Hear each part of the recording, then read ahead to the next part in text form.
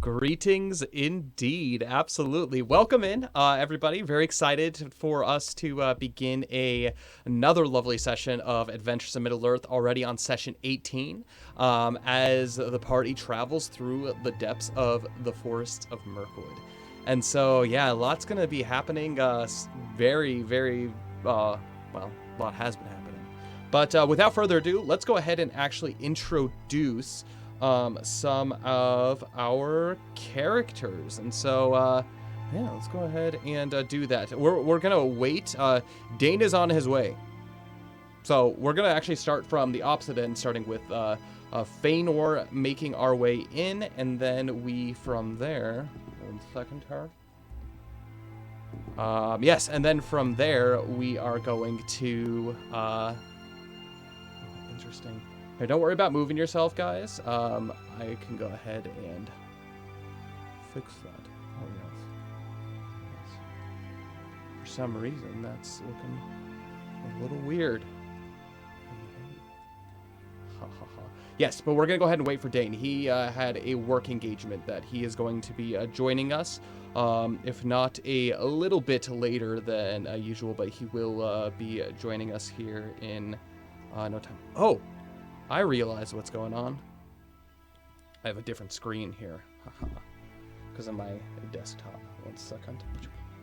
Okay, we're good. Everybody's God, you think you're a professional? I am a professional. I'm still at my in-laws' house. And so I have like the second monitor that like has like a weird different proportions, and I had to completely create like the stream overlay. And so I went to the first one, the original one, which is like, oh, this is weird. And so, okay, we're fixed. We're good. But yes, let's go ahead and introduce characters first, starting with Feanor. I'm Feanor, the Mirkwood Slayer. I have currently been running around in the woods being chased by giant spiders and even more giant spiders on the back of my stag friend Nim. But I have returned. I have made my way back to the party with a mediocre entrance. But he is prepared to now, what a legend. And he's about to tell everyone the bad, I was going to say and good news, but just the bad news. Perfect. And then we have our next character, Jalen. Hello, my name is SpiderFan33 in the chat, and I'm playing the aspiring warden of the Brelands, Jalen Grinfold, and her very loyal happy dog, Rufus. He's a very happy dog. Even in the midst of this scary darkness of Mirkwood. Yeah. He doesn't care about the scariness or the spiders or any of that. He's just a happy boy. His actual name's Spiderbait, but we don't tell Jalen that. Spiderbait. No. Wonderful. And then we have Theodric. Go ahead and introduce yourself, buddy.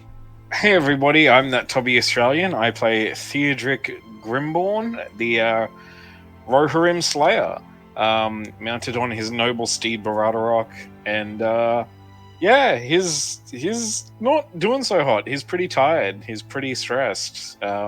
Mirkwood sucks.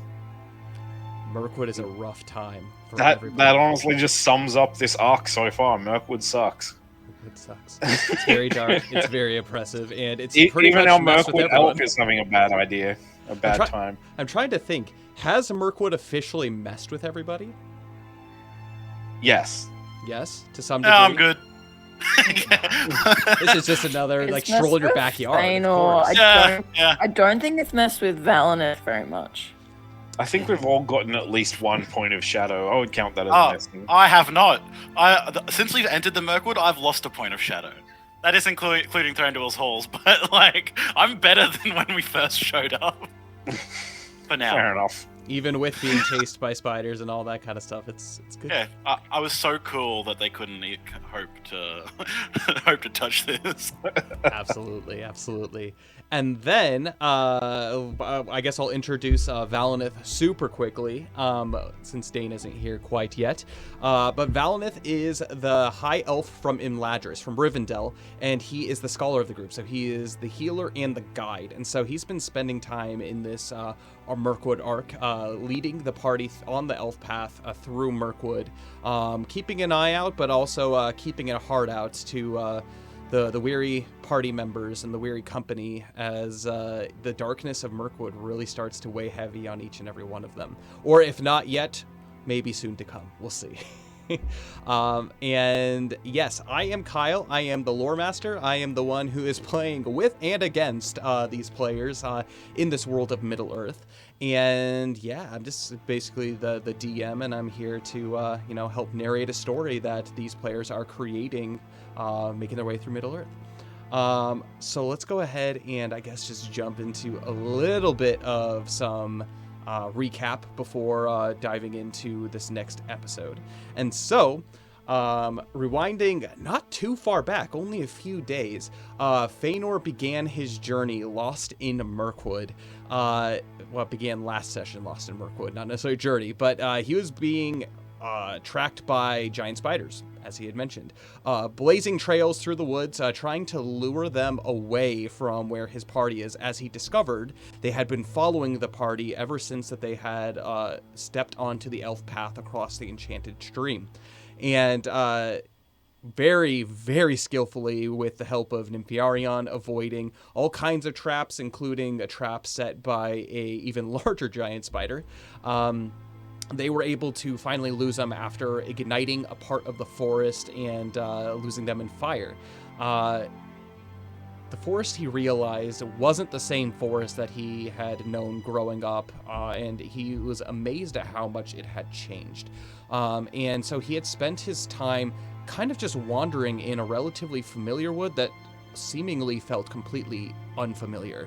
And he found his way walking through Mirkwood, to which he discovered he came upon a tree that was yet a sproutling when he was younger, but had grown and had survived the kind of looming decay that seemed to be taking over the forest. And with that, he was able to climb the tree and get a sense of direction, and not only being filled with a sense of, memories from the past, but actually breaths of fresh air as he made his way above the canopy. He was able to find his direction and start making his way back down towards the elf path. The rest of the group, as they continued onward, had almost given up hope for Feanor, as he had mentioned that within 2 days, if he wasn't back, presume that he was dead and keep moving on. And so this was weighing heavy on the party as they journeyed a few days through Mirkwood, and it was a pretty quiet travel, a lot of sullen hearts, and also very, very empty stomachs. Their food supply had started to run short, and it was only a matter of time before they needed to make way into Mirkwood and hunt down some food to eat. And the hunger got so much to especially Theodric at a certain point that he decided to brave the warning, "Don't leave the path." And he left the path and made his way into the depths of Mirkwood, to which he, for the better part of the evening, found himself marking paths, but also fighting back the terrors of the mind that had begun to creep in and pretty much try to get him lost from where he was going. He was eventually able to find a wounded deer inside the forest, to which he was able to put out of its misery and bring back, which brought us back to camp with both Jalen and Valineth. And so the two of them kind of discussing the sense of hopelessness, what they were feeling, purpose, just all of the things that not only Jalen has been trying to find answers to, but also Valineth, in a way, seeking comfort from her by trying to comfort her in turn.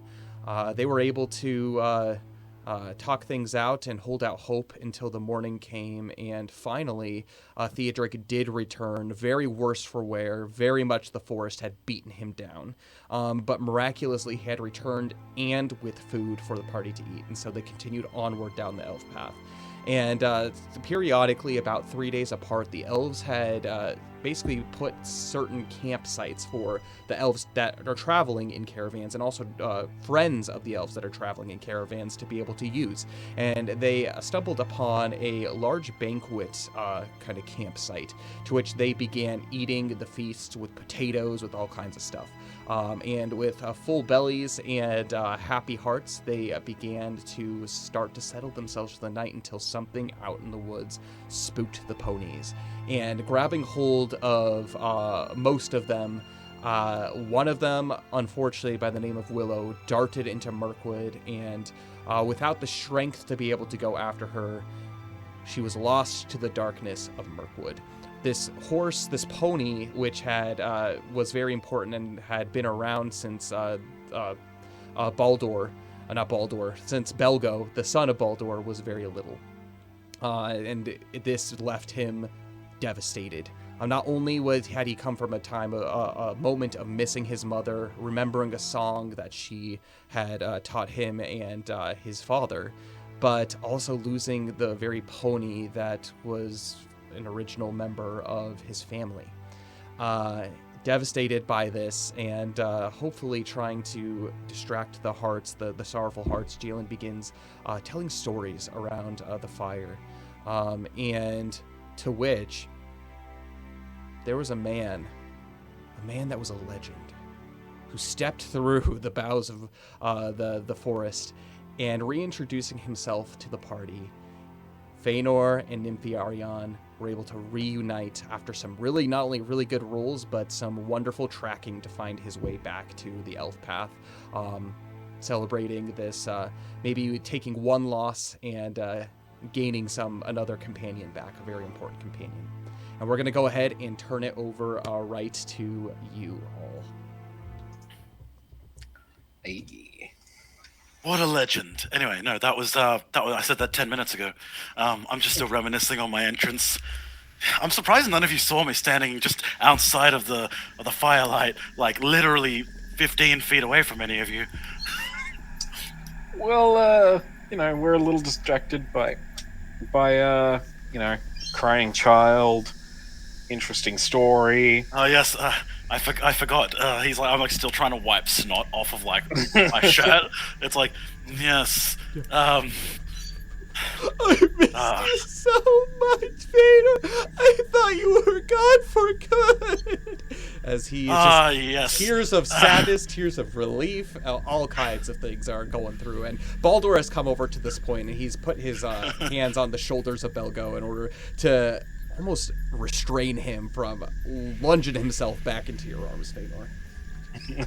I appreciate it, Baldur. Belgo, your enthusiasm is appreciated, but I think it's time for bed. But you just returned. We were yes, and I'm not celebrating. going anywhere. Yeah, and I'm not going anywhere. What, were you celebrating my death? What is wrong with you people? No, that's not what he meant. Theodric, thank God. He braved the forest too, and he got us food, restocks of food. Why would you leave? Did you not notice my pack in the back of Baldur's carriage? What? I took limited supplies with me. No, Why did Yeah, I probably should have done that. You could have at least had a look. I got a deer. It's fine. It's fine. I'm back. That is a surprise, considering everything else that's in the woods.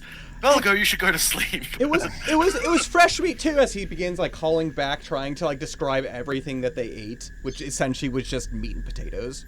Feanor not even really. It seems like, yes, yeah. Let me go grab my stuff. He's gonna go grab his large pack from the things. Like, it's right here. It's next to the potatoes. I still don't understand how none of you noticed it. Well, I didn't assume to go through your things. Yes, that is not very proper, Valineth, he steps in. That is not a very proper thing to do. You left unannounced, and more importantly, if something went missing, I wouldn't have been able to live with myself. Huzzah. Look, mad respect to all of you for respecting my stuff so much. If it's ever a life or death situation, just throw that out the window. That is if we could remember that you left your stuff. Anyways. Yes. Yes, no, I do have news. But it is, oh wow. Would you look at the time? Baldur, don't you think it's time to maybe put Belgo over in a tent over there? Maybe get him calmed down. He seems exhausted. Make a persuasion check for me.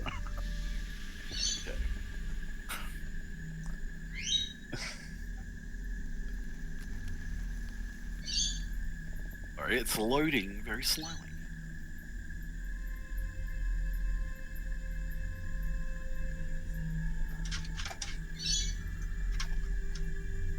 I love when things load slowly, and it really slows down the pace. It's okay. It really gives you time. It really gives you time to reflect on all your poor decisions. and especially for all those on stream here in the ambiance of the quiet Mirkwood. Yes. I rolled a 9. 9. He kind of looks at you as like, I'm trying, and eventually he's able to kind of shoulder Belgo like under his arm. Is like, look, I know you're not tired, but we're gonna have an early morning tomorrow. He's like, but the potatoes. And eventually Baldur does lead him away across the camp to the tents to where that was very readily set up, and says, all right, now remember, I'm gonna come back here in about 10 minutes and tell you a story so we can have sweet dreams for the night. But for now, Da has to go do a few things for you, okay? We have to make sure that everyone's packed. We gotta make sure that none of the other ponies start running away. Make sure they're all strapped up and ready to go. I'll be right back, but you do not come out of here. It is dangerous out here alone. And he kind of like winks at him, and I love this detailed description we're receiving of something we cannot see. It's very Theodric, don't you agree? Yes, indeed. No, that's what Feanor's saying, like as though like he can't hear what's being said, but he's like mimicking what he thinks Baldur's saying. He's like, yes, and yeah, you know what? If you're a good kid, we'll give you a treat. Is that what you think he's saying, or do you reckon it's something more loving? As soon as you say treat, Rufus, he goes. God. That's one word he has learned. I cannot handle another small creatures trying to like get like tears or spit on me. I would rather get Jalen. Can you please call him away from me?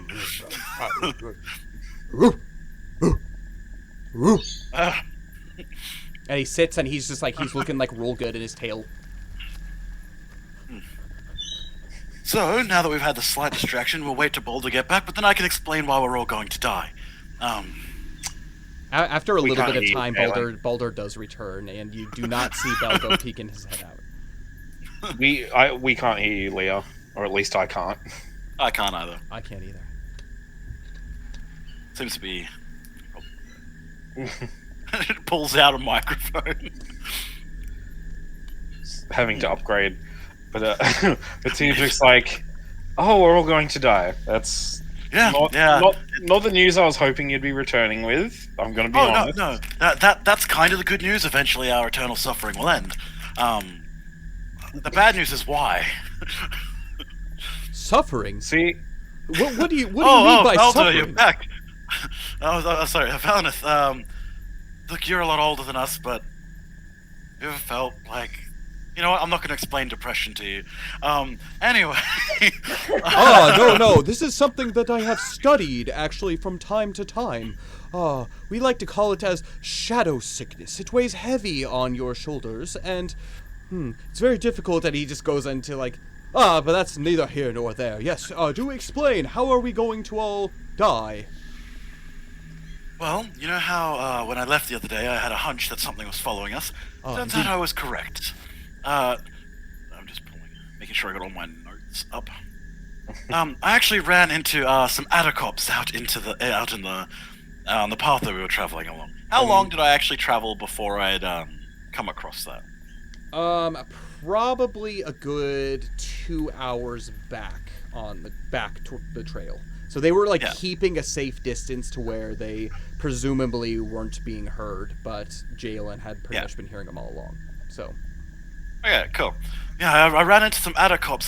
Baldur, if you're not used to that, Theodric even, you're not really versed on what's in the Mirkwood. Imagine you've seen a spider, yes? Now imagine Yes, one the I know. size. Now imagine one the size of Barodarok, and you're kind of getting onto the scale that we're talking about. I encountered an entire family of them just 2 hours back on the trail. Oh, Keep in mind this was a couple days ago. At this point, 2 hours from after I'd left, I ran into them and took off into the woods, where I met their mother, an even bigger giant spider that wanted to devour my flesh. So I'm quite happy that I was able to make my way back, but they are definitely tracking us. And we can't always be moving, and I can assume, considering they kept up with Nim running through the woods, that they probably can catch up to us if they would choose. But you did lose them. Clearly there are no spiders on your tail.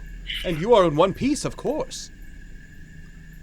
Yeah, I don't trust that everyone will be able to dive into the Mirkwood and escape unharmed. I'm extremely lucky. Like, the fact I was even able to get here took my whole 100 years experience of living pretty much in and around these woods just to get through it without dying, let alone actually dispatching any of the enemies. okay. Isn't the Can you guys magic hear of me the now? Yeah, we can. Oh, wait. Okay, cool. isn't Problem the magic of the path supposed to like keep nasty critters and creepy crawlies off it? Imagine a scale of how bad something can be. The path's like about a third of the way along that scale. Bad things can still happen, but if you step off in the woods, yeah, they can happen and no one will ever know what happened to you. I do believe, and Valineth, he opens his Look. notebook. Oh yeah, go ahead, Jalen. Fëanor, I'm really happy to have you back and everything.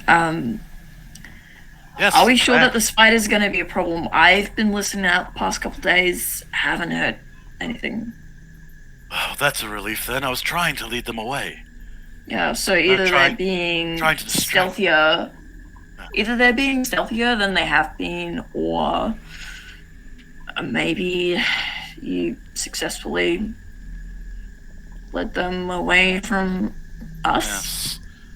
Well, this is one of the reasons why I wanted to actually talk to Baldo here. We're probably going to I have to found it, and Valineth is in his notebook. Yes. Lindor, he said a few days ago that the elf path has a magical presence that does keep enemies at bay, but it isn't completely resistant to evil. At least that's what I think he said. Yeah. And then he kind of Yeah, underlines and that's- says, elf magic. Yeah, pretty much. It's just safer. It's like, Theodric, when you've been hunting, it's easier to move along the trails that animals leave through the underbrush, is it not? Where deer following their paths, unless you're being chased by something that's a predatory animal, and then you want to avoid those. We're kind of on a path where the prey goes, and the predators are following us at the moment. Lovely. Yes, but if you haven't been able to hear the spiders, Jalen, that's a good sign. And Baldur, I have been made aware of the pony going missing. We'll probably have to increase the pace of our journey. Deirdre, I'm sure you're sure with the term military pace. Yeah, we. Yes. Honestly, it might be best for us to try and get out of here as quickly as possible. And yeah, well, for tonight, it's best that everyone rests and recovers. But Baldur, something that I had made for you and Belgo is pulling out his, like, with his pack, the 2 wrapped bows that he had. He pulls them out. I was planning on these being a kind of gift of sorts, something that you might be able to do with Belgo when you're not traveling, something that will sate his want for adventure and to go out into the wilds to sate that part of him. I know that you don't want him to be an adventurer. He looks absolutely shocked, not necessarily flustered, but baffled by the gift. He examines and he sees that this is actually really good craftsmanship. It might be something that you made on the fly, but he looks and says, Fëanor, these are elven bows, if I'm not mistaken. I made them myself. like he pulls on the front of his jacket a little bit. I made them myself, actually. Impressive. I don't know how much I'm going to be able to teach my son, as I don't know much in the ways of, well, archery. But I do hear that we have, and he points over to actually Valineth. I do hear that we actually have an award winner when it comes to well, archery, as it were. I hear. And Valineth kind of smugly looks like number one at the celebration. Vaynor's slightly crestfallen. Vaynor's slightly crestfallen that they weren't like, yeah, you could teach us. He's like, yeah, we do, and very quietly, and a runner-up. Yes, and of course, Feanor made a very valiant effort in this endeavor. But together, perhaps we shall teach you, and in turn, perhaps teach Belgo how to be able to use these weapons of war, and teach him that these are not toys, of course. And what I'm recommending is that in the morning when we start camp, alternating between each of us, from Theodric to Jalen to myself and Valineth, for half an hour, one of us will train you and Belgo in just endurance, in whatever archery, hand-to-hand combat, whatever we can, while the rest of us pack up. But this is going to be a tough journey, and I would rather we all be prepared. Even if this does make, at the beginning, you will find yourself more tired. And this will be difficult. But I feel like for the protection of you and to keep your son safe, this is the best course of action. He thinks for a moment. Believe me, after being in these woods, I don't really think Belgo's going to want to be an adventurer. He thinks for a moment.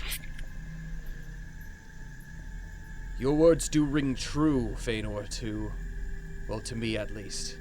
I do worry about my son, however. He has been pushed beyond his means emotionally. And this, I see, does tend to pile on him physically as well.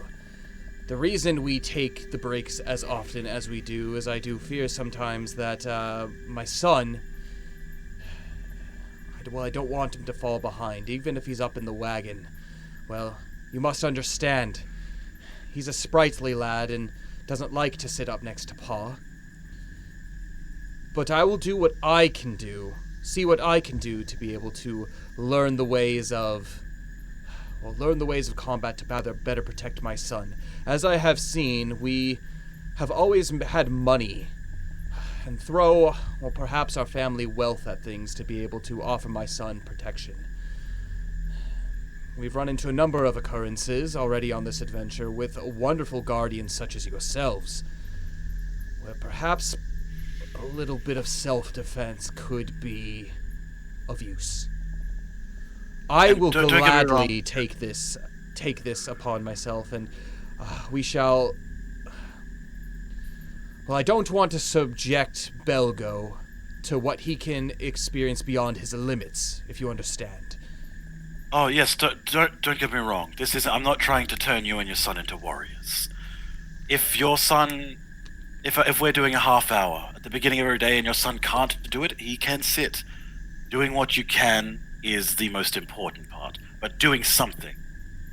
If I can run for half an hour, no breaks, but I have been running around in the woods. He looks bewildered at that. And it's like, I've been running around in woods for close to 100 years. I'm not expecting that of most others.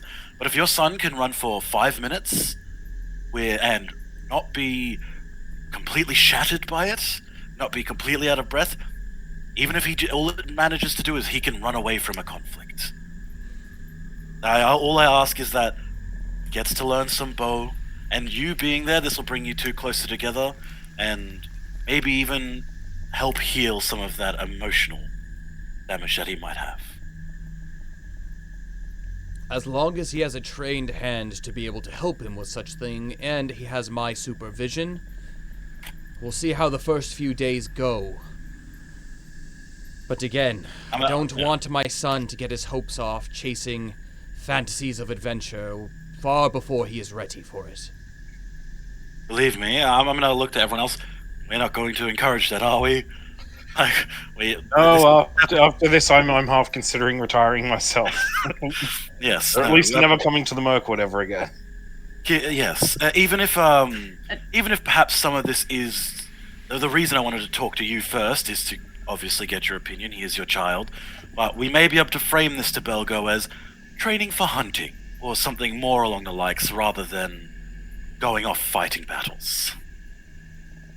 But obviously he is your child, and yes, all of us here, I believe, will do our best to assist him and you how we can, and not overstep that. He nods, thinking. You make a solid point. Yes, we shall train immediately, and then he, looks at you. But Feanor, are you okay? It cuts to me, I'm all disheveled. I feel fine. 100%, deep bags under his eyes, I'm good to go. Shouldering a point of exhaustion from the travels. Please, Feanor, we're all relying on you. You're the one familiar with these woods. Take care of yourself. Of course we can celebrate and rejoice and do what we can to prepare ourselves for the journey ahead, but if our protectors, our guides, are not in fighting shape, well, no matter how much training I think I get, I don't think we stand a fighting chance. Truer words probably can't be spoken. As much as I want to prepare you two for all that we can, if we are not at our best, that's a severe disadvantage. Now, I see everyone's set up camp. I am going to go sit near the fire and go to sleep. So he just kind of wanders over to the fire with the fire to his back, probably 3 or 4 feet from it, depending on how big the fire is. It's pretty small. It's nothing roaring. And kind of leading Nim over. It's Nim just poof, heavy drops to the ground, a big thud as he lands, and Feanor just immediately just passes out. Still sitting up, sitting upright because he's entering his elf dreams, but just gone to the world. Mm-hmm. Absolutely. So do we want to tell him he had the spider web in his hair, or are we just going to leave that as a joke? Because I'm cool with that. I don't think it's so much as a joke as I think I'm just glad to have him back, and I'm not too worried about it. Yeah. Okay, we'll tell him in the morning. I'm sure it'll be fine. Ah, keen eyes you have there, Theodric. I did not think that was a spiderweb as perhaps a silver hair showing the age of... Well, he is young, isn't he? Huh. I guess that makes sense. It's more of a spiderweb. You realize you're older than he is. Indeed. And you are over 7 times older than he is. True. Yeah, but I have a very good maintaining routine with my hair. He has chopped all of his hair off. Of course, he's not taking care of it too well.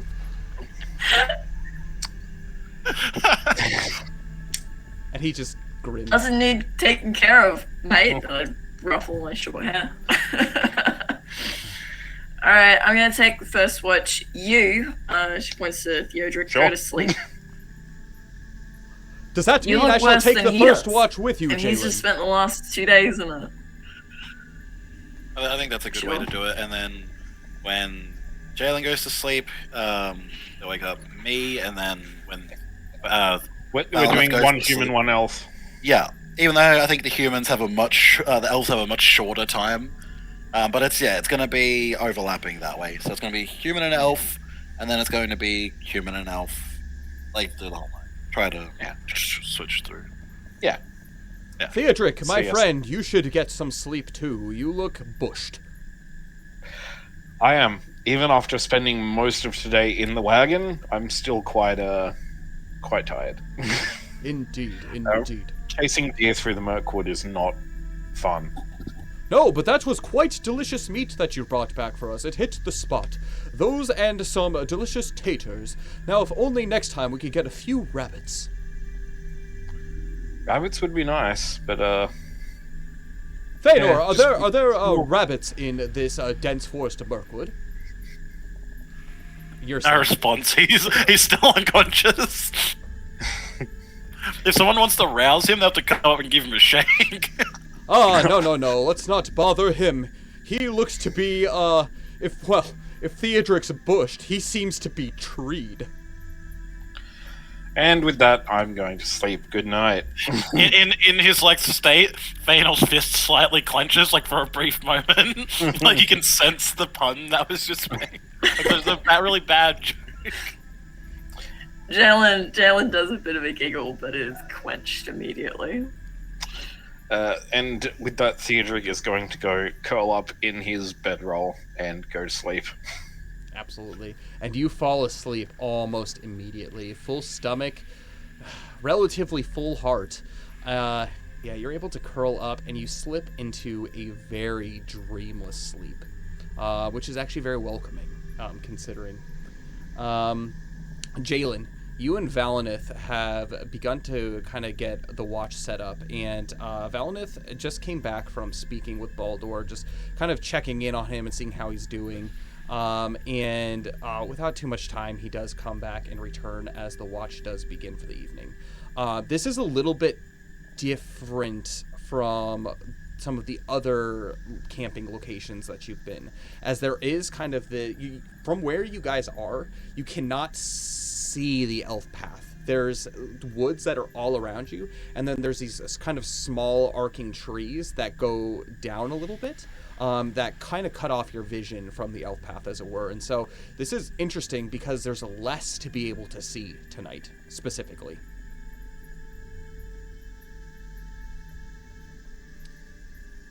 I'm gonna have you make a perception check for me.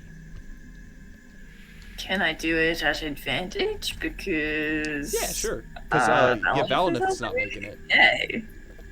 Oh, yeah. Yay. Okay. Have proficiency. What's the worst that could happen? 15. 15? You look around. 1-5. All is quiet. Oddly, it seems a little bit brighter. Almost as if this is how things should be. Valinith, he's been chatting a little bit with you here and there, but most of it has been in relative silence as he continues to read through many, many pages of this notebook and this journal. And you can see him being like, yes, of course. And then he'll tilt his head up from the pages of his journal, and he'll look around. He'll give you a smile, and then he'll take a little bit of time watching. And then he gets kind of, back into his notes. He's not writing anything, actually. He's pondering things of the past that he's going over. This is very much that you've noticed, especially in the Mirkwood, how he passes his time. Probably to stave off any kind of boredom.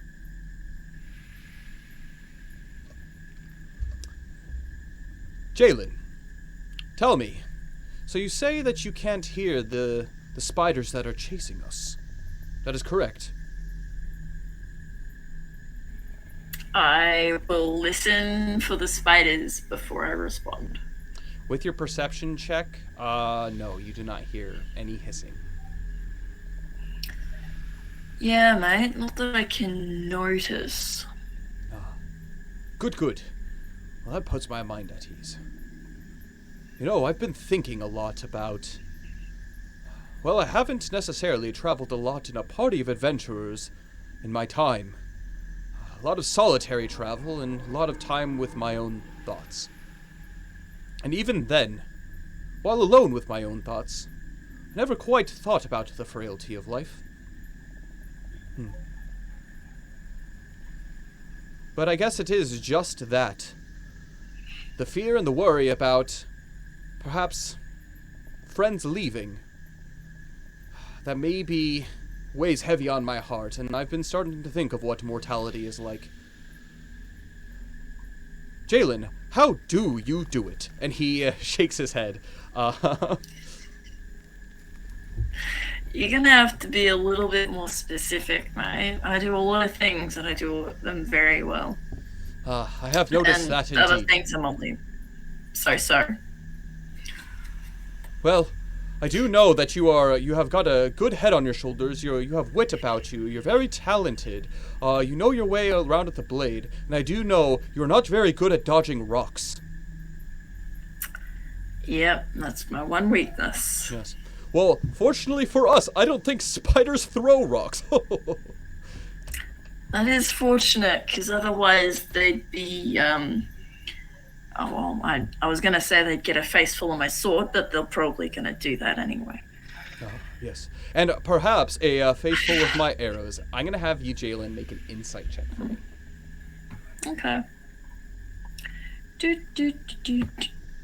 Insight. Oh, that's really good. I got a 22. 22. Holy cow. Yeah, it's a nat 19, so... That's crazy. Throughout all of this, you kind of been listening, you've been responding, but something that definitely does stand outside of the ordinary is he seems a little bit more chipper than normal.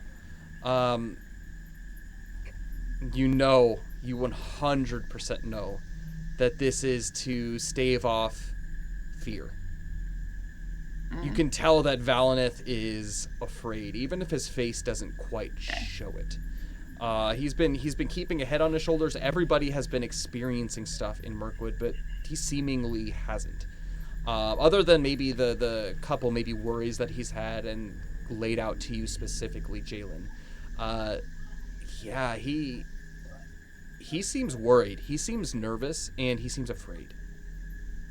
Okay. If you're talking specifically at the fragility of life or whatever, I haven't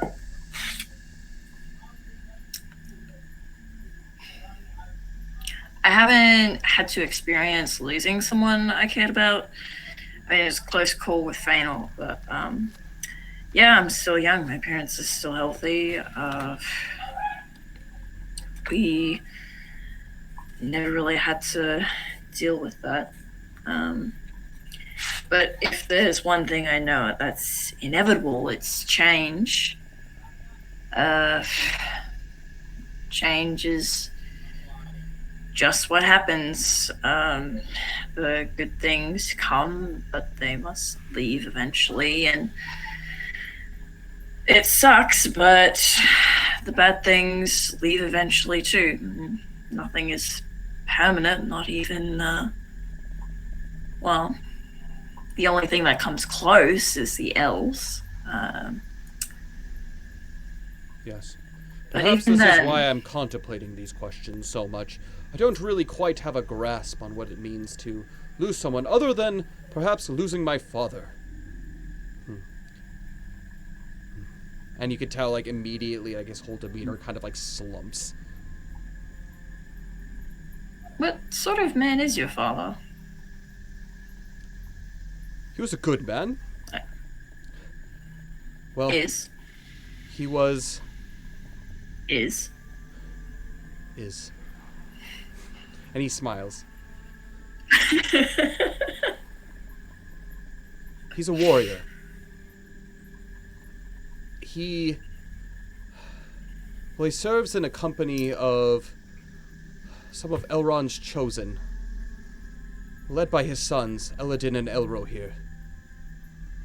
They are very skilled at what they do. They're the ones who are charged with not only keeping the secret valley of Imladris safe, but for keeping, well, primarily the entire western side of the Misty Mountain Range safe.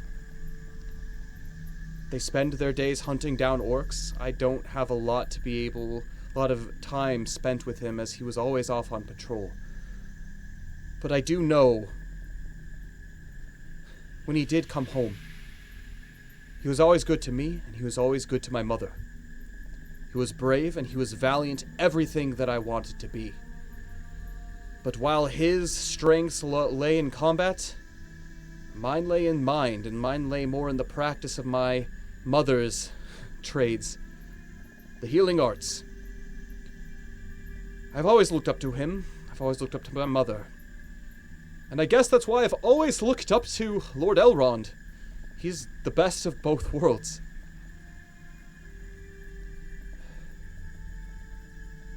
But I have also seen what loss looks like, and how heavily that weighs on someone, but I've never lost anybody that I personally knew. That is, till one day.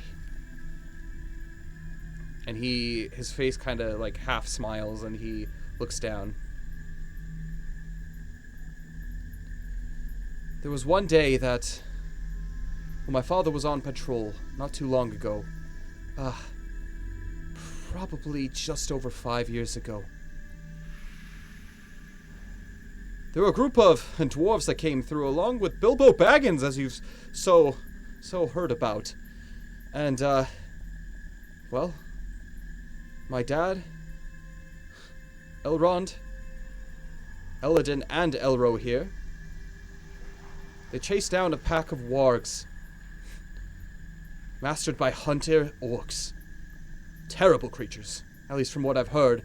Fortunately, I haven't had the opportunity to see one of them in combat yet. But their strength with the blade is, well, it rivals that of most well-trained men. And, well, my father's host, and along with Elrond and Eladin, Elro here, they chased off those wargs, they chased off those terrible creatures, long enough for us to be able to, host the king under the mountain, Thorin Oakenshield, and his band of partygoers, accompanied by a hobbit by the name of Bilbo Baggins. I was so fascinated with them as they came, and I looked from afar. Incredible dwarves. Incredible hobbits. I thought to myself, are all hobbits like this? Are all dwarves like this? And it started broadening my vision for the outside world, and that brief distraction, well,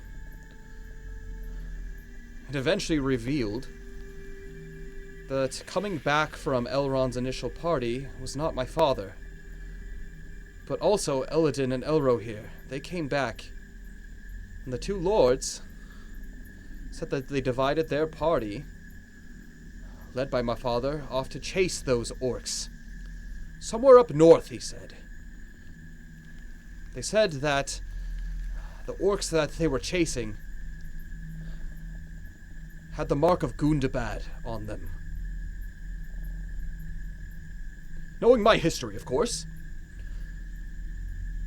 I realized that if I were to find my father, chances are making my way east of the Misty Mountains was, well, where I should head, and especially after news traveled of the defeat of Smaug, the conclusion of the Battle of the Five Armies, and the weakening of the forces of Gundabad. Oh, this was my opportunity, of course, and merrily I made my way. With the blessing of Lord Elrond, with my mother. Nothing left but hope to go off of, hope of finding my father, and knowing that he's a strong warrior, I made my way across the Misty Mountains. And without too much trouble, might I say. The snowfall that lay on those high paths, well, they're easy for an elf to be able to tread. Just simply walk on top of it as if it were nothing. And descending into Wilderland itself, I found a land so wild. A land so untamed. It was beyond my imagination, living most of my years in Eriador. And I found it very difficult to find a living person to be able to ask of news, so I made my way down to Lothlorien, to the Golden Wood. It's where I was able to meet, just briefly, with the Lady of the Golden Wood, Lady Galadriel and Celeborn, Lord of the Golden Wood. Oh, if you thought Elrond had grace upon him, you haven't met the two of them. Lady Galadriel, I might feel old, but those eyes have seen ages. Well, no word of my father from either of them. So I made my way up north, all the way to the land of the Beornings. They're not a very friendly folk, at least to strangers, but being, well, I guess being from Imladris and knowing the stature of my people, they guided me in general directions, and, well, that is all the way up to the hills just before Gundabad itself. It's a desolate land. And I myself had not seen a lot of travel in desolate areas, and so I decided to take the elf path, searching for him, perhaps even east of Mirkwood, stopping at the elven halls as we had seen. See if anyone has heard of my father. My journeys have been wide, my journeys have been vast, and most importantly, they have been alone. This notebook that I keep is filled with my adventures, filled with the things that I've seen and the people that I've met. But they have not brought me any closer to finding my father.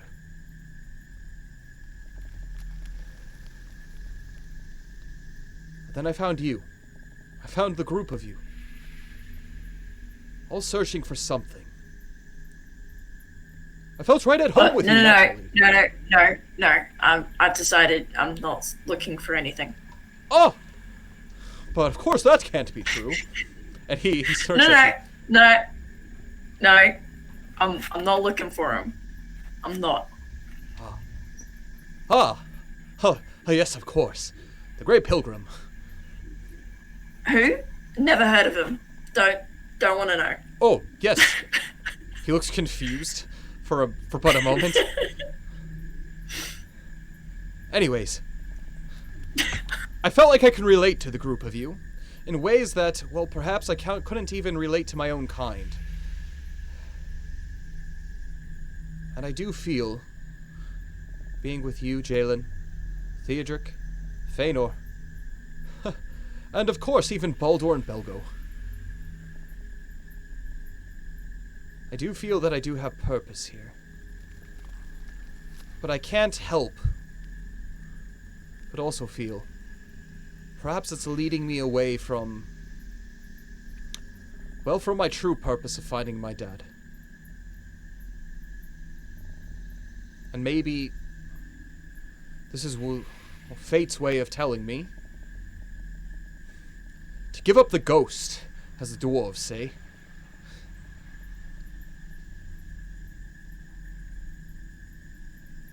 Maybe I should live more like you. Not worrying about what my end goal is. But that would be silliness, of course. Well, for me, of course. But, yet the investigation continues, and yet still my heart feels all the more heavy. How do you do it, Jalen?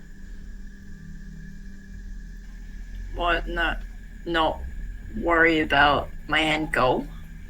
Well, not worry about your end goal, but to deal with the frailness of, well, life. It's one of the few things that I haven't really had to experience in my time. And you naturally, not only being human, maybe you haven't lost many in your life, but I feel you do know what it feels like to be truly alive. Not knowing which breath is going to be your last. For us elves, unless we're in the front lines, unless we're facing danger, that's never a thought that crosses our mind. And thus why I haven't really felt fear up until this point. Is that what I'm feeling? He thinks about it. Jalen, how do you do it? Cope with fear.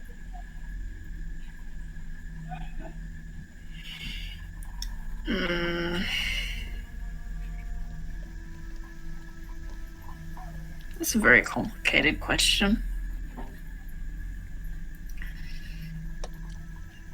The only way to...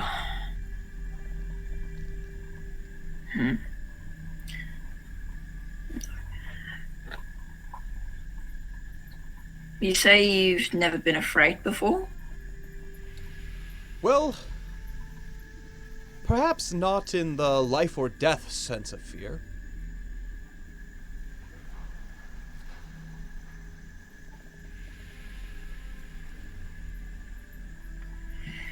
Because bravery without fear, or courage without fear, is not true.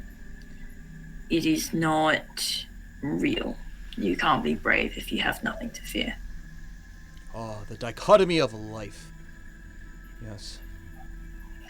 I wouldn't know if it's a dichotomy, but it behaves the way the moon reacts to the ocean. There is no bravery without fear. There is no life without death. For me, anyway. So balance. There is no hate without love. It's a balance. It's a push and a pull. And sometimes it goes this way, and sometimes it goes that way. I think you just need to learn how to ride the waves. Indeed, which is hard to do if there is no water. But I understand your point, I think. It's a metaphor. Yes.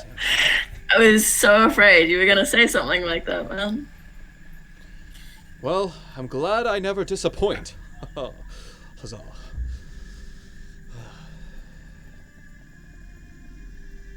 Never change, Melanith. You too, Jalen. But perhaps, as you had mentioned, change is part of life. We can't truly be ourselves if there isn't change that is on the horizon. Ah, you got me there, mate. I'm learning. It is this studious mind of mine, and it's perhaps my greatest weakness. I'm always trying to think of, well, the logic behind things, the logic of this world, where clearly there are a lot of things that exist in this world of Middle-earth that, well, logic can't quite pinpoint. But balance, I think that's logical. I think I can wrap my brain around that. Thank you, Jalen. Melanith, I'm going to be very serious right now. Yes, indeed. I was assuming you have been this whole time. Even more than I have been, sir. Indeed. Okay. So more serious than serious. Emotions aren't... Yes. Look, just listen. Yes. Emotions aren't logical, and they were never meant to be.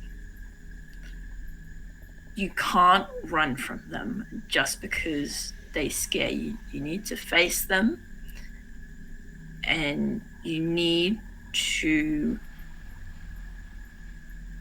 experience them. And you need to come through the other side with a better understanding of yourself. There is much wisdom to those words that you say. Kind of, well, as what Feanor and I are going to be doing with Baldur. We have to face the darkness that is ahead of us. Some of us face it with a strong arm. Well, a strong bow arm, that is. Some of us do face it in other ways. Other ways indeed. Jalen, one thing I'm very grateful to have you in our company is you do a wonderful job of keeping us all grounded. You know that. That is meant to be a very good compliment, especially coming from a high elf as myself that's seen much years of life. You, a young one as you are, you have much wisdom behind those eyes of yours. You say that to me all the time, mate. I do. And yet you still continue to surprise me. You said that to me at least 7 times in the past 2 days. 7 times? Wait, has it only... I haven't been counting, but it's been at least 4.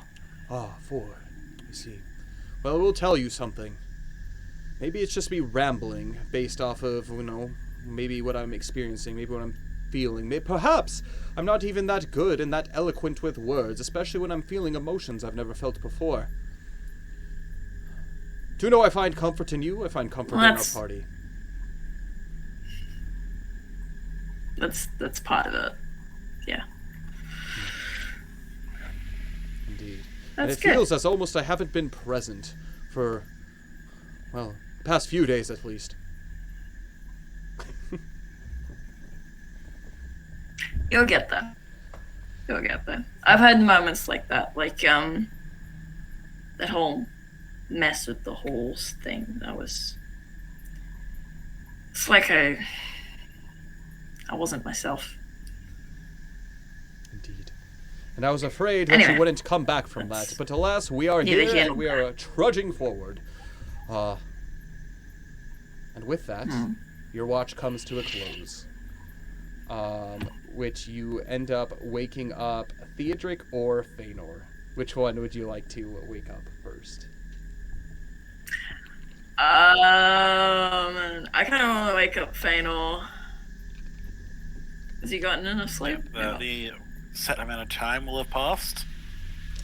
So that's about. So you need about 4 hours in order to recover completely from your point of exhaustion. You're going to need double that, which is 8 hours. If you want to attempt to sleep off the whole night to stave that, you may do so. Theodric as well, he will need actually 16 hours of just straight sleep in order to get rid of his point of exhaustion. But how much sleep did I get throughout the day when I was in the wagon? I would say in and out probably 8, but the thing is it has to be 16 hours straight of sleep. Oh, it's not in and out of like asleep of dreams. Yeah, it's a lot. And also part of the weariness too is not necessarily sleeplessness but hunger. But in your case, it is a big chunk of it is sleeplessness going through an entire night of Mirkwood. So that'll do it. Feanor, he's hungry too. He's tired, sleepless. So you can either leave Valineth to be by himself for a bit, or you can wake up Theodric after his required 8 hours of sleep, and that's right. I'll leave. I feel like at Valineth that point, just wake up Feanor, because he will have gotten the full exhaustion done as well. So yeah. I'll just leave Valineth to be on his own for a bit. Okay. And he does so, and he sits there and he notices a lot of nothing as he's pondering the words that Jalen had left him with. He does eventually end up standing up, dusting himself off and going over and waking up Feanor. He does see that everyone's sleep seems heavy and not restless. And he places his hand on your shoulder, to which you immediately, your eyes open up, as if disturbed from a peaceful sleep. Cool. Oh, it's okay, it's that time already. You know, this is the best sleep I've had in a few days. It is, Good, isn't it? Good to be amongst everyone else again. I do say that, well, while this might breed a little bit of boredom, this place actually seems as if it is somewhat of a sanctuary. It's kind of nice not seeing the elf path and worrying about what's coming up either end of the road. Knowing that we're relatively hidden, this is a good place to sleep. This is much more reminiscent of the woods that I remember. Yes. They do seem to have changed a lot, but I'm glad that there are still, at the very least, some small spots that still feel like a true sanctuary and like a warmth of the wood. Indeed. Well, I'm going to go get whatever rest that I can for the evening. You enjoy your time of peace, Feanor, and keep an eye out for us. We definitely need it. We'll keep, unless you want to wake Theodric up, but I think we should keep him resting. Perhaps a later start than usual? Well, we'll see how we're going. Indeed. We might even let him continue to sleep while everyone else, even for maybe through this morning's training with Baldur and Belga. Indeed. but we'll let him get as much as he can. Huzzah! Better, huzzah! Yeah. So Feanor's gonna go on watch. He's going to be more near like the edge of like where the reach of the fire goes, and like looking out into. Perfect. You do so, and it doesn't surprise you. Even with your used to your vision, you're only able to see probably a good 4 or 5 feet beneath before it just becomes sheer darkness. You listen for, well, the majority of this, contemplating, seeing everybody, and thinking about... Well, what are you thinking about?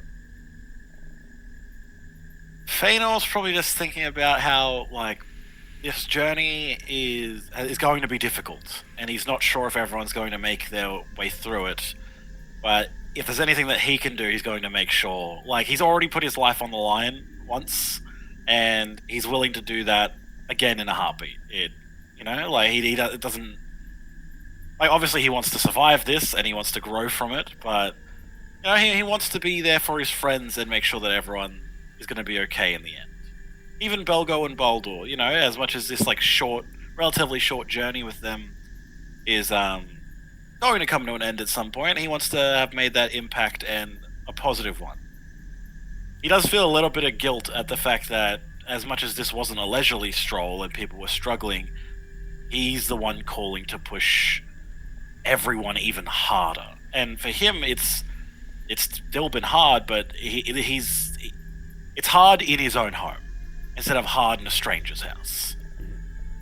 So he's really trying to balance that line between what he thinks is necessary and being that warrior, that leader in that situation, while not alienating everyone else around him. It's like a true, he wants everyone to be at their best, but what that will cost might, he doesn't know. Absolutely. And you do so, and you think, you contemplate, and throughout the night, nothing disturbs you, and so you're with those thoughts. It's your first night of, well, being aware, but actually having some relative peace. And the morning comes. Everything is as it was. Belgo just normally wakes up at his regularly scheduled time, and you hear him waking up his dad. Da! Well, maybe Willow has returned. And he runs out of his tent, and he looks around, and his head slumps a little bit. Oh. Hi, Feanor. Good morning. Hi, Belgo. Good morning. How are you? How are you feeling? He shrugs his shoulders. I don't know. I slept okay. I all feel like that sometimes. I'm happy you're back, though. I think that really helped me get through my night, at least. And it's good to see I'm very glad to be back. Fiarion, too. It's good to see him. Don't worry, we're not going to be going anywhere anytime soon, so... Actually, I had a little talk with your dad yesterday. I wanted it to be a little bit of a surprise, but we're going to do a little bit of training today. When your father's up, I'm going to show you something, and it's a surprise. So you got to keep your voice down so other people haven't woken up properly. I love surprises. It's been a while to have one. Well, close your eyes. He does. He closes his eyes. Yeah. I soundlessly step off, grab the cloth with the cape that I've been wearing. I've wrapped it around. Okay, open your eyes. Here you go. You can unwrap it. Whoa, this is really big. And he takes it and he begins to unwrap it. Whoa, this is amazing. Yeah, pretty cool, I know. Yeah. He takes it and he holds it in his hand, clearly not knowing what he's doing with it. There's no arrows or anything with it, I'm assuming. Yeah. And he's holding it. It's just I wasn't going to trust him with those yet. Look, Feanor. I'm King Bard. Slay the dragon. Grabbing the the actual wood and the string that he's pulled back. I'm okay, you don't pull that back unless you're prepared to shoot an arrow. And I slowly unstring the weapon. So the string isn't even done up. Oh. see this? And I gesture to like my forearm, like with the leather brace that I have there. If you do not have this on and you shoot with the bow, the drawstring will slap against your skin and it will really hurt. Ooh. So, first thing we're going to do is we're going to make you one of those, maybe with a little bit of the leather that hopefully Theodric was able to get from that deer. Well, I do know a thing. I don't know much about bows, but I do know that if you slap a pony, they're not going to be very happy. No, I can imagine that. Why would you slap a Belgo? I thought you loved animals. Why would you slap a pony? That's why I don't slap my ponies. Oh my God, Belgo! I don't know. Maybe I shouldn't give you this. And I have a little laugh. I'm like, no, I'm joking. I'm joking. No, I don't at this think you would point, there's ever raise your your enough hand. noise to start stirring people. Yeah, it's like I don't think you would ever strike an animal. Don't. It was a joke in bad taste. But when your father's up and we've managed to pack up some of these tents, we're all going to do a little training, and I'm going to show you and your dad how to shoot a bow. I can't wait. Thank you so much. And he goes and he gives you this big hug. Again, very similar to the Shrink, the bear hug of the day before. Feanor's arms are like down by his side, and he kind of gives him like a little pat, like, yep, okay, yep. Why don't you go check on the ponies? Okay, here. And he gives like the bow back to you. I'm going to be like Bard the Bowman. Maybe I could be a king one day. Oh, if only I could get my hands on a black arrow. Oh, the dragons will not stand a chance against me. And he's just sauntering off over to the ponies and brushing. Feanor does have a little laugh at that, like, oh, he thinks he's a warrior. Oh, isn't that cute? Like, kind of to himself. I love that because there's two sides to it. He's like, oh, he thinks he's a warrior, and oh, he thinks he's a warrior. Well, look, we'll deal with that when it comes to it. No, but yeah, Feanor's more or less, she's kind of started the fire up a little bit, with some of the like water that he has. He's actually put some of these dried rations and is actually kind of like half steaming them. Because the thing you can actually do is soften your dried meats for eating. So it's actually Make like dried meat soup. More or less, just like enough for like actually, is like the rest of the deer and like that meat that they ate last night still around? So they ate, what was it? Three of those meat. I would say that, Theodric did his due diligence and cut off what was useful for it. So probably a decent amount of animal hide that he brought back along with the meat. Okay. Using the hide that's there, I'm going to do what I said I was going to do, and I'm going to prepare, very, very basic, rudimentary, just arm braces for the teaching of, more or less, for that little lesson in the morning. And as people wake up, as like Baldur gets up, I'm making some food. It's like, oh yeah, offering people bowls and stuff. When Jalen gets up, it's like, we're gonna let Theodric have a bit more of a sleep in. I was out in the woods and I needed a pretty decent rest. I can only imagine what he went through, like especially with what his experiences in the woods have been like. Can I tell that if Feanor is still exhausted or not? Make an insight check. Okay. I am proficient in insight. 18.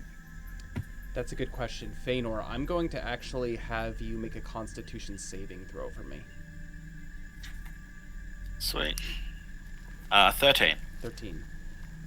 He doesn't seem super exhausted. Okay. Yeah, I was, You can go ahead and remove your point of exhaustion, by the way. Sweet, cool. Very nice. Yeah, I was, kind of hoping to talk to you about that. I get that it's necessary, but do you think we can do it? Or letting him sleep in. Look, I don't know No. Like this forced march thing that you want to do. Pushing people. I would like to try and push us to what we can handle. I'm not going to really. We're not going to be able to maintain a pace that is unrealistic. Like, these aren't war horses, these aren't war ponies. Broderick could probably maintain a solid trot for 8 to 10 hours, realistically. He would be tired by the end of the day, but that scratch down at the end of the day and taking all of his kit off of him would be enough before the next day. Ah, yes, what But, a majestic beast that brown horse is, as Valineth makes Yeah. his way up to the conversation. Alanith, I'm trying to have a conversation here. Can you? I shall listen on the sideline. Okay, thanks. Don't wake up Theodric. We're letting him have as much of a nap as he can get. But yes, this is part of why I want to do some of the training with Belgo and Baldo.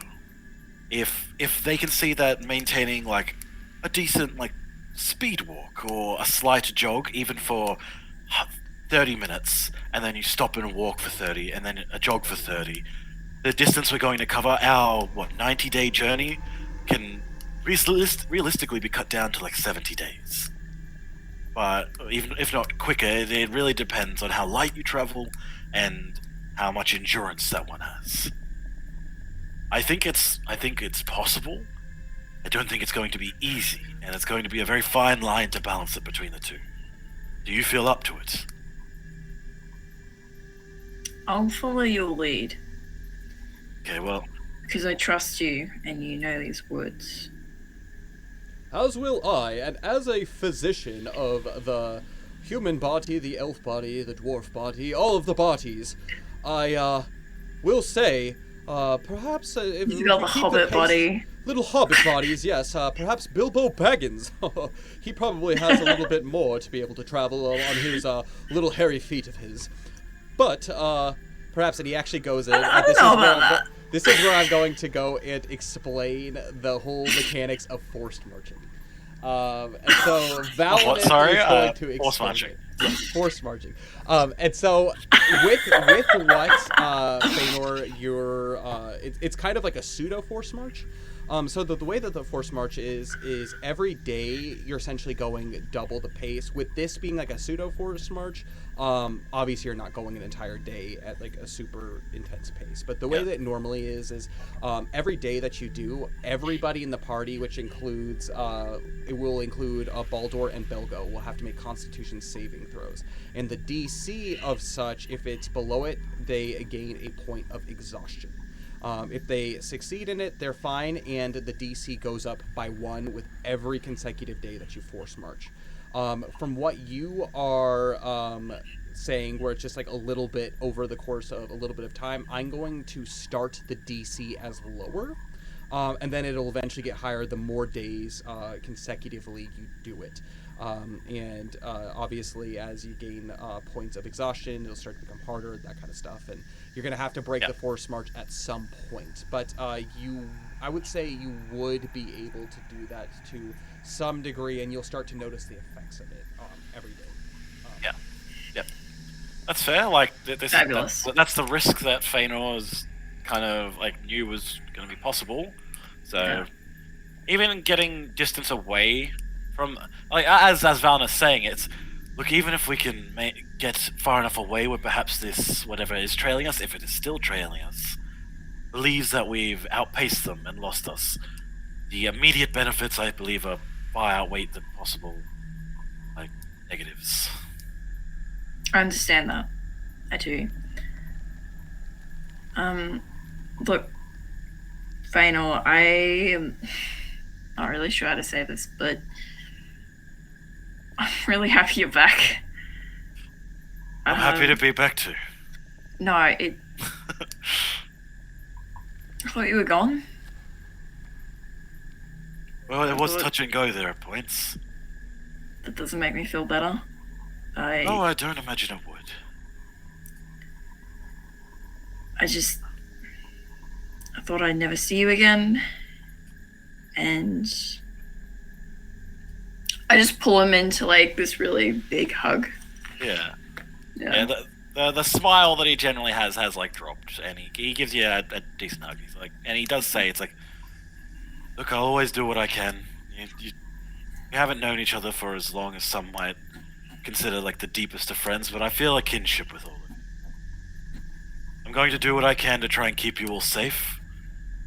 That's not always going to keep me safe. But I'm glad that I made it back. I'm glad to be back with you all. I'll release him from the hug and like, yeah, just don't do anything stupid. That is not a promise I will ever be able to make. Look, if you want to ask Really someone bad to at this whole comforting Yeah. Vaynor. Hey, whoa, I am doing excellently. No, you're not. Yes, as with most things, I believe I am excelling. Valinus, I'm quite good at this, right? Yeah, I'm doing the comforting correctly. Oh, you muted. We can't hear you. That's just in character, Valinus. It's just mouthing things at you. Yeah, we've lost you, Kyle. We can't hear We've you. lost Kyle. Oh, no. We've lost our lore master. We don't know what the lore is. I don't know how to deal with this. Nope. Panic. Oh, man. You know, there's a musical called Into the Woods where they sacrifice the narrator to one of the villains. Oh, Jesus. I don't remember that happening. I don't remember that happening in Into the Woods. What? It happened in the musical, not the movie. Yes, Musical, okay. the actual Broadway play. Okay, yeah. Okay. The movie didn't have a narrator, and so deprived the show of one of its funniest moments. I forget what we were talking about. I asked if I was good at comforting people, and Valinus seemed very enthusiastically saying yes. So that's what Vaynor was taking. That's not what he's doing. Look, I promise not to take any. I can't say unnecessary risks, because every risk's kind of not necessary in most scenarios. No. Well, you take a risk cooking bacon in the morning, and I could take that. That's not going to hurt me. That is a necessary risk. You're confusing me with what you think is necessary and what isn't. Which one would you prefer? What's risking bacon? Is you burn bacon? I'm saying bacon's a low risk, but leading spiders away from consuming my friends seemed kind of necessary.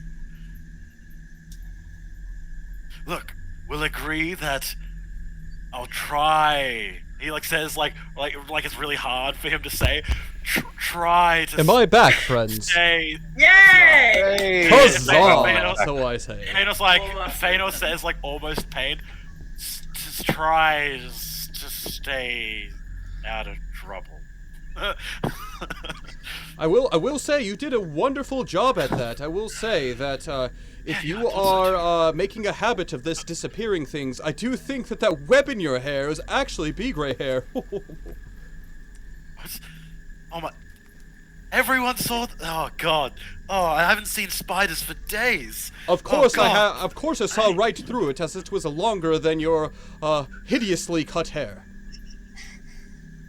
Wow. Okay. Thanks. I don't need your opinion on that.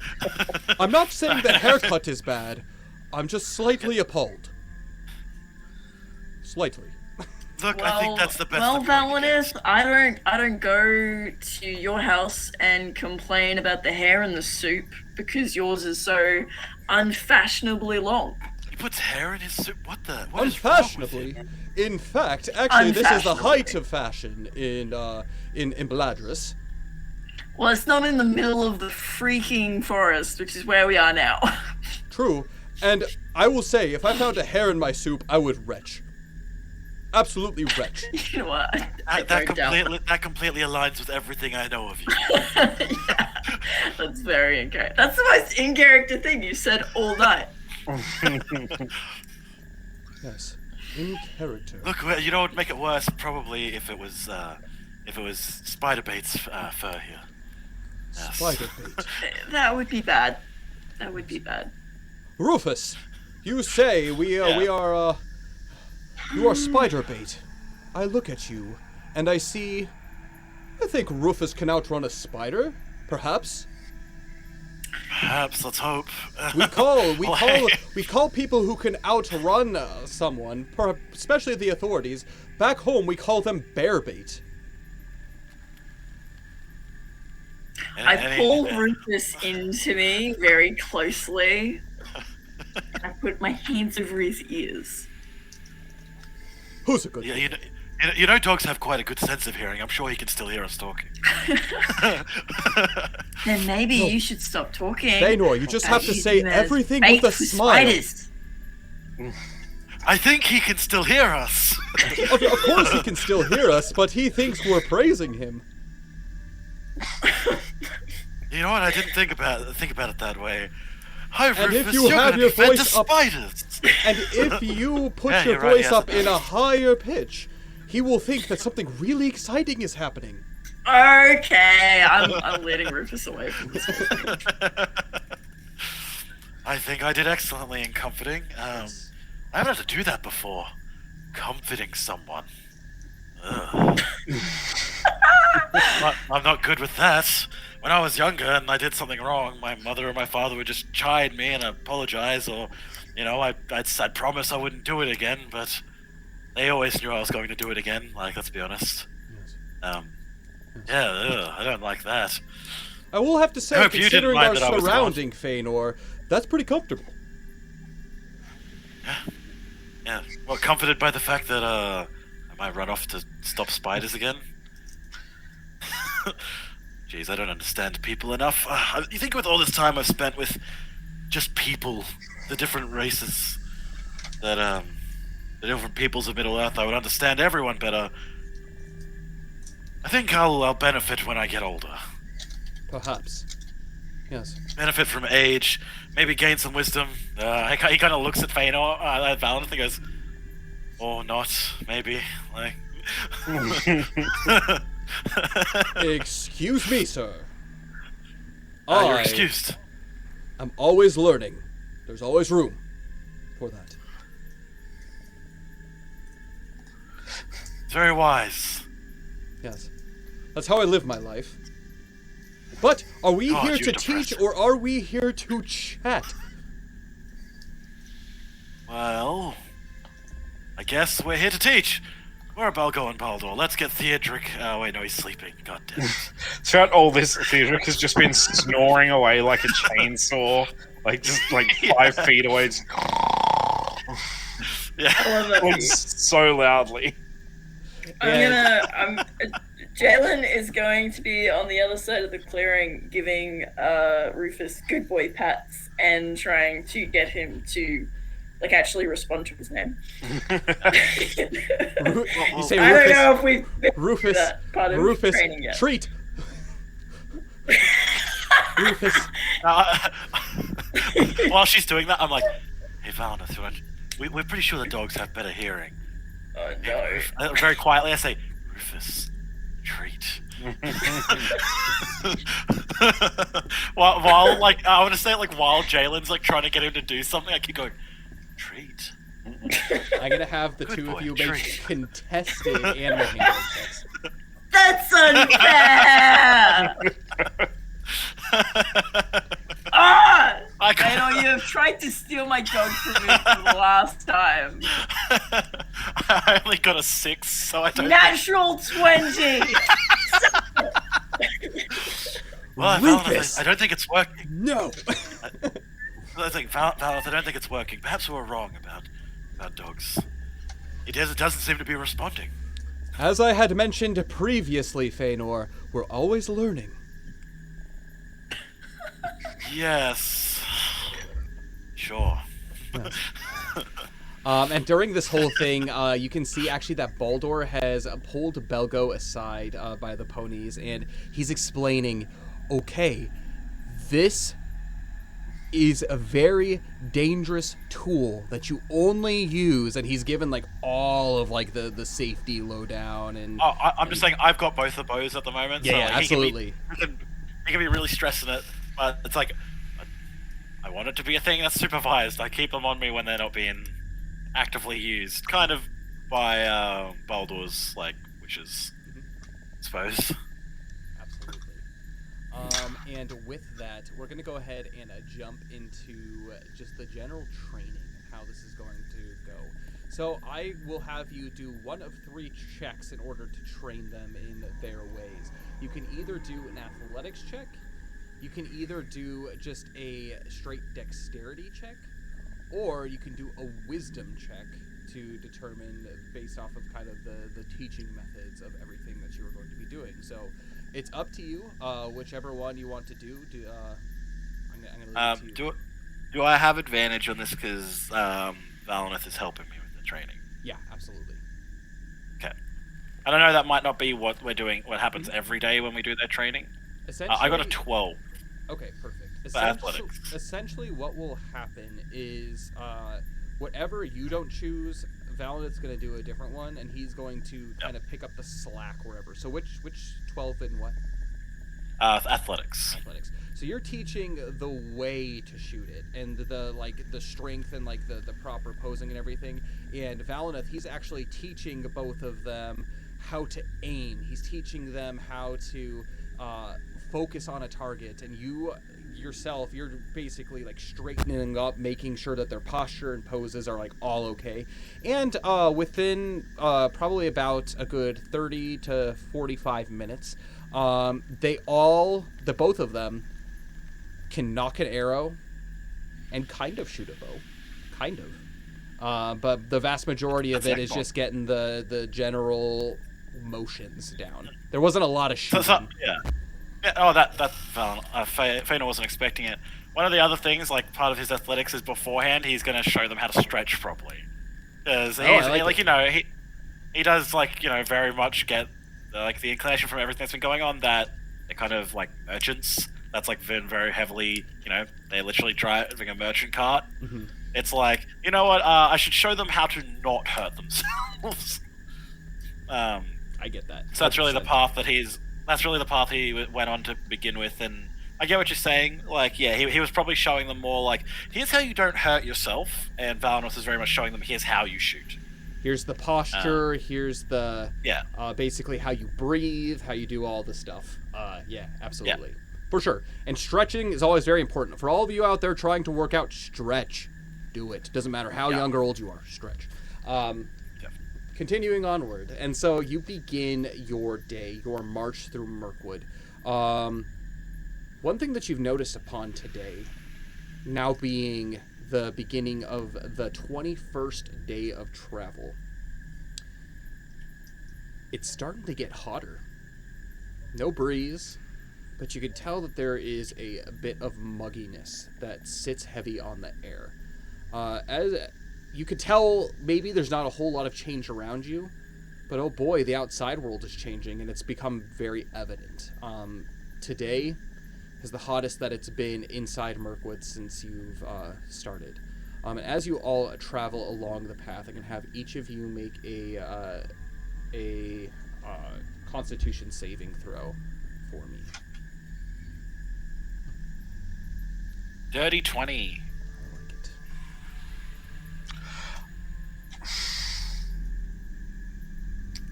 Sorry, I think that I just need to ask, because we would have, as we've moving, would Theodric have to do a con save as well to check if he's recovered from his exhaustion? Because we probably weren't able to stop for a full 16 hours. No, that's why I had you do the con save when you and Jalen were talking. Oh, because I had, yep. Yeah, that was the opportunity for you to roll that.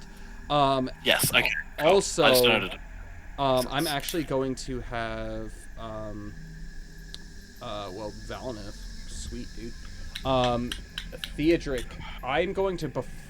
you've already recovered from this result. However, I'm going to have you roll a separate Constitution saving throw as you wake up only having 14 hours of sleep. What? That's a 5. My rolls are doo-doo today. 5. Wait. Man's suffering from having gone into the woods. Roll a d16. I will roll a d16. I can end it. I will do it. One day this will work for us. That is a 12. We're getting closer. Getting closer, little by little. Yes, and so you actually, instead of recovering from your point of exhaustion throughout the day, it's drawing on you. You're trying to take it easy on top of Barad Rock, but it still gets to you. You gain a second point of exhaustion, Theodric. Oh! Damn it. That's rough. For Jalen, what was your roll? And Feanor, what was your roll? I got mine, a 15. Yeah. 15. And mine was mine was a dirty 20. And then So- Valinus was an 18. And then let's see, Baldur. He rolled a 4. And Belgo rolled a 17. You all continue onward on your journey, and you can see that this day specifically has started to weigh heavy on both Baldur but also Theodric. It's not that much more than the typical pace that you are going, but even just that little bit of an extra push has driven, well, perhaps the caravan to at least 2 of the members becoming a little bit more weary and a little bit more tired for the day. Which begs the question, do you wish to stop early, or do you wish to continue pressing on to your normal... I guess you've already made your rolls, so you pressed on until your normal end of day. You gaze around you, you see not a whole lot is changing. The things that you hear, the things that you smell, the things that you see are there. But each one of you, as you continue making your way through Mirkwood, there's something that's nagging at your minds, more so than just your spirits. A few of you, especially Theodric, and in parts Baldur, get flickers of... You know that feeling like right before you pass out, but you like catch yourself?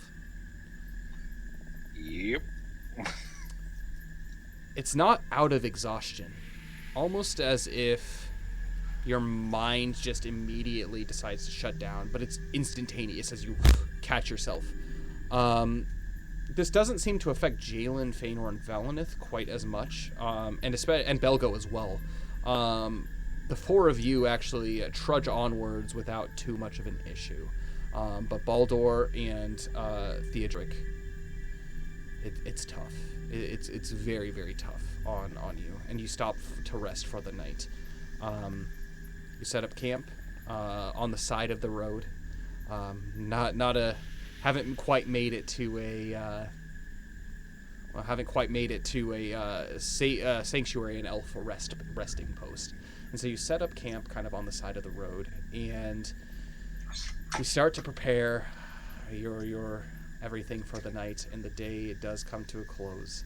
I'm going to have, as you all kind of set up independently, I'm assuming with the exception of Theodric, independently make perception checks for me.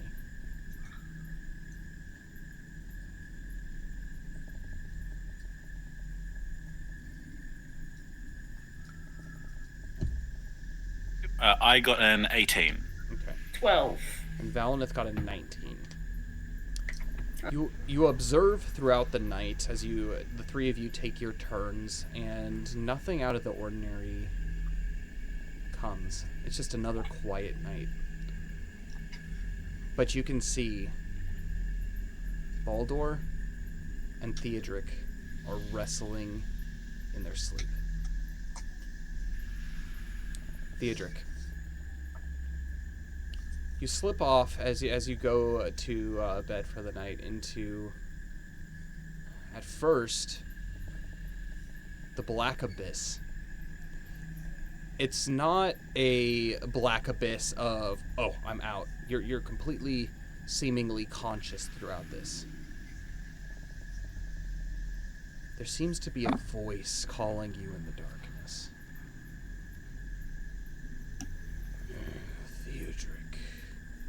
Theodric.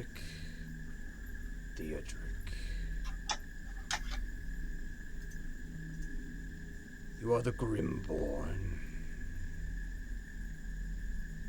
Why are you so afraid? Why are you filled with fear? Where's your hope? Why give in to despair? blade in your hand. You can cleave through this darkness. It's nothing. The glint of your sword arm. Yes.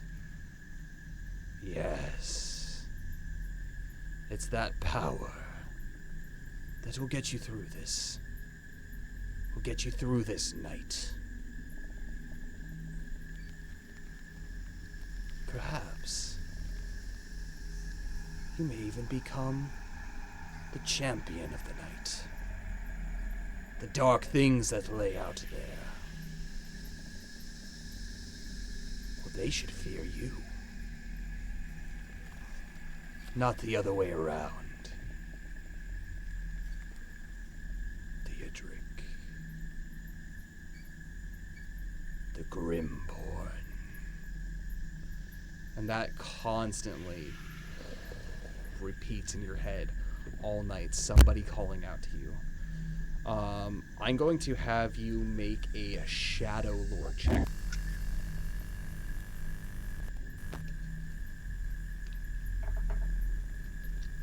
That is a 6. God damn it. This doesn't sound familiar to you. This voice is... It's almost as if it's not even verbal, as if it's almost a kind of mind connection understanding. It's not a voice that's calling to you, as something, some internal dialogue, perhaps. But it is not your voice. You shudder. And I'm going to have you make a Constitution saving throw for me. Oh, Okay, you should be good luck. should be good at those, right? I have a +4, but I always seem to get screwed anyway. That is an 18. I got Yes, good once. finally! I got good. It's when it goes. That's when Carl goes, and you fail. You fight through the dreams, you fight through the voice, and you're able to get, well, a relative full night of sleep. You've staved off a restless night, meaning you haven't gained an extra point of exhaustion for the evening as you Yay. sleep. The morning does come, again, seemingly so. You do all that you can to help with the training of Baldur and Belgo, and Belgo's spirits, you can tell, have actually improved a lot, but you see Baldur, and he's not the same. Everything that you try to teach him, he seems weaker, he seems frail, he seems almost sickly from the look at him, and the way that he's holding his bow, as if like it pains his joints, it pains his shoulders. He's very achy all over. His night didn't seem relatively restless, but it didn't seem incredibly restful. Belgo definitely gets a lot more out of the training than Baldur does for the day. Okay. Yes. Question. Do you wish to let Theodric sleep longer, or are you going to be picking up the pace to make it back through this wood?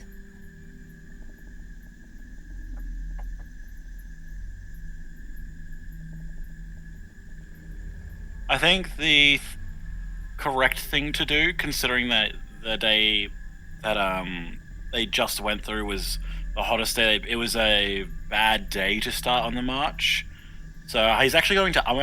Feanor's actually going to up, because Baldur's up, right? Yeah, absolutely. Yeah, And you've Baldur trained also, him yeah, for the day, that's. everything. I'm going to ask Baldur what he thinks. It's Baldur. I know that this pace has been pretty unforgiving, and I'm already beginning to have my doubts on whether it's something we'll be able to maintain. I'm asking you your opinion. Do you think that this is something that we should give everyone a proper chance to rest before we continue on? Or should we try and press on? I just want an outside perspective. Don't worry about these old bones of mine. Let's just chalk it up to the fact that I was sore from yesterday. It's been Well, it's been quite a while since I've done any kind of exercise to that degree. I am up in years. Maybe my body just isn't handling it quite as much as Belgo is. I wouldn't worry too much about me. Make an insight check for me, Feanor. Okay. He's lying. I got a 13. 13. Part of what he's saying is true, and you can see that. He's achy for sure, especially in his kind of shoulders and arms and upper body.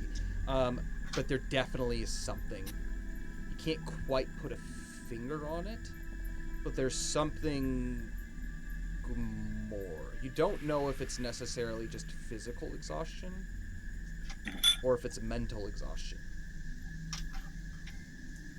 I think the decision that Feanor's going to come to on that is that we're going to maintain the pace, but we will stop earlier so that we're not losing any time today. Okay. Like, we're going to be moving faster, but stopping sooner. And hopefully to give that enough time for the full 16 hours to pass. Yes. You know, to actually give a proper amount of time. And then, look, we'll go day by day. It'll be assessing on how everyone's doing. And if we need to, we'll push forward and we'll push onwards.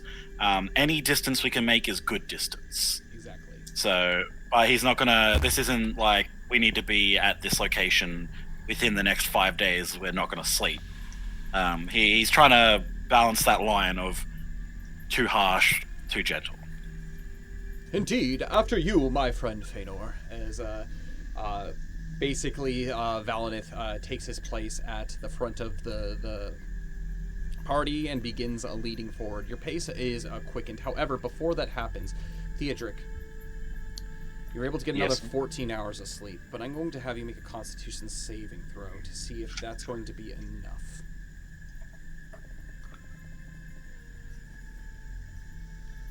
Come on, you got this. You got this. Got it. It's an 8. It's an 8. Ah! You wake up still feeling decently restless. Something about what you experienced and just the drain on your body, it's really weighing heavy upon you as you get up back onto Baradorok, and you can tell that even Baradorok, the way that he acknowledges you, it's almost in a more gentle demeanor.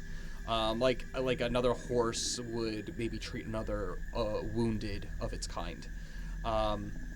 As he kind of creeps low and almost kind of like does what he can to be able to help you back, like onto his back. I'm going to have each of you, as you begin your day of travel, do a Constitution saving throw for me as you pick up this relatively brisk pace. Is this me again as well? Yes. Okay. I have a +4 to Constitution, by the way. Believe me, I understand that. I just rolled a 9.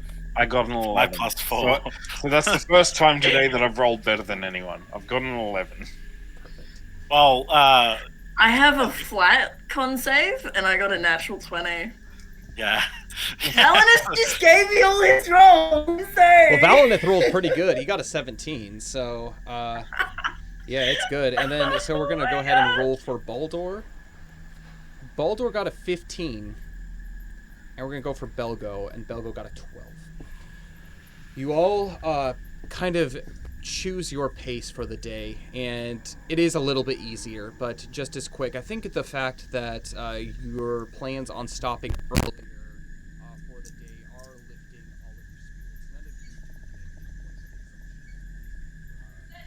None of you Something happened to your audio, Kyle. Use the touch quieter. Yep. I thought that was me. Oh No. my gosh. No, you got it. What is going on Nice. today? How about now? Are we better? Yeah, Better? that's better. Yeah. Cool. Excellent. I'm gonna scooch closer, just in case. I think we didn't hear what you said about us getting. You said our spirits were up, and then... Yes, so your spirits were up for a bit, and because of that, just the fact that you're having a earlier evening ahead of you, perhaps guided you a little bit through that. Some of those worries that you were feeling they feel a little bit lighter on your shoulders. And so all of you, none of you gain a point of exhaustion for this day of travel as you set up camp for the evening, setting in on the night of the 22nd day. What are the watches going to be for the evening? Okay, Theodric has been sleeping a lot lately. He is going to take first watch tonight. He is, okay. he appreciates you're gonna everyone. you're gonna have to argue with Feanor over that. Yeah, you're gonna have to Yes. argue with Phelan as well. And you're going to have to argue with Valineth as well. You're clearly not doing. And- Go to bed, Theodric. I appreciate that, but like I need to pull my weight. Like I can't. You are pulling your weight. Go to bed. Theodric, look at me. If a giant spider shows up, I'll let you go first. Go to bed.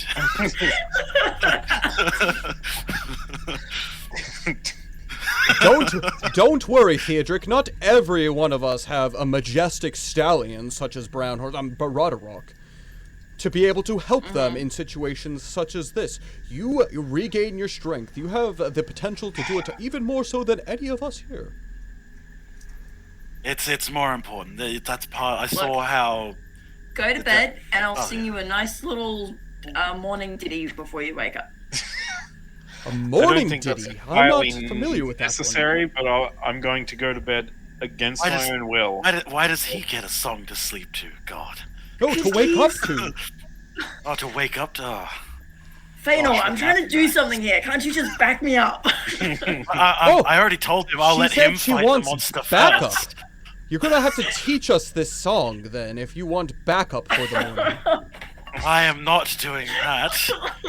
I've already succeeded once at dancing. I'm not going to. You're saying that you wouldn't sing me awake, Feanor. I would sing you to a quick, easy death if need be, but Oh. if you must be put out of your misery, then I will be the one who would do so. Well, it But, shouldn't be that bad. It'd be Jalen singing, not Valineth. So You're all horrible people. Perhaps we shall do Well, a nice Shire jaunt. Or perhaps, and he's going through all of these potential songs that you guys could. Yeah. I have to practice I my mean, vocals. if I had the bagpipes, I would 100% do that, Valineth, but I do not have bagpipes on me currently. I feel like hear, there's an I've echo heard through the woods. Nympharion. He kind of sounds like bagpipes. Okay, that's just straight up Okay. offensive. I can't play a Are you deer, call- though. are you saying he's full of That's hot wind? insane. No, I am saying he's very talented. Anyway, I was going to say to Theodric, look, in the morning, when we're doing our training, have a quick spar with me. okay, We'll then see how you've recovered. could be good to loosen up. Yes, Pick you up can some of join this- us.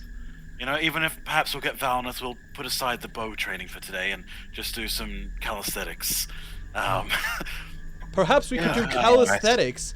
Perhaps we could do calisthenics to our morning song. If someone is there to sing it, I suppose. Oh, of course, we have Nympharion.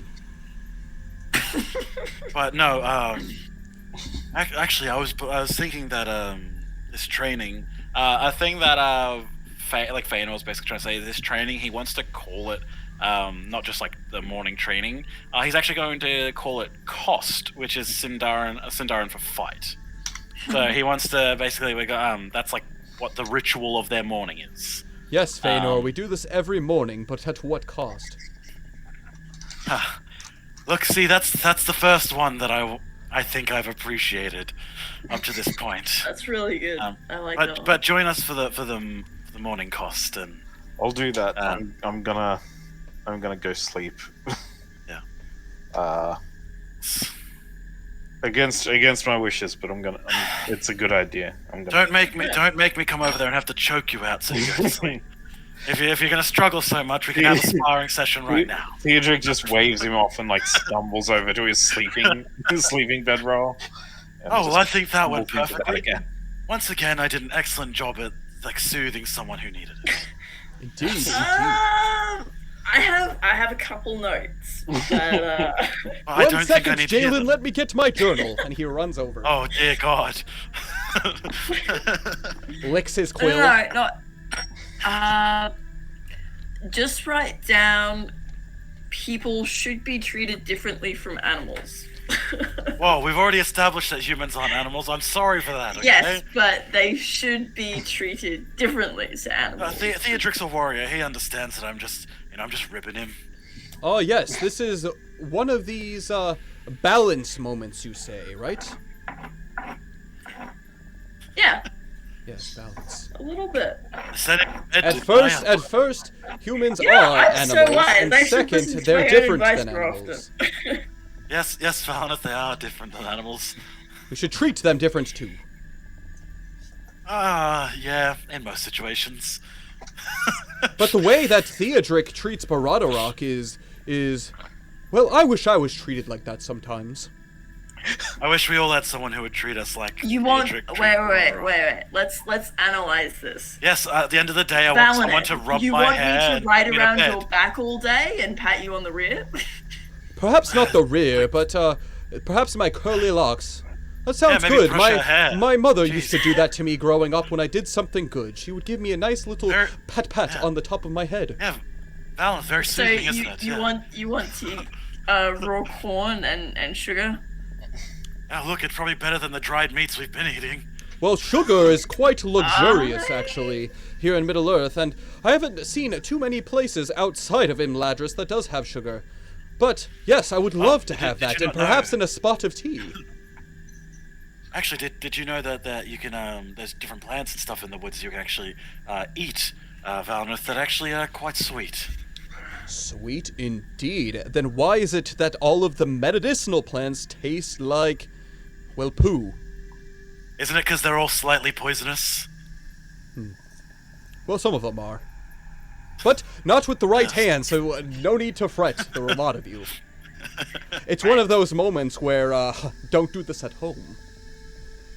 Anyway, I vote that Fainal and I take the first watch, and then Yes, it'll I be shall rest. just Fainal, and then you'll go last, Valana? Is that okay? Yeah. Yes, Yay. indeed. I will take the morning watch. Good night to you all. Right? Ugh. Yeah.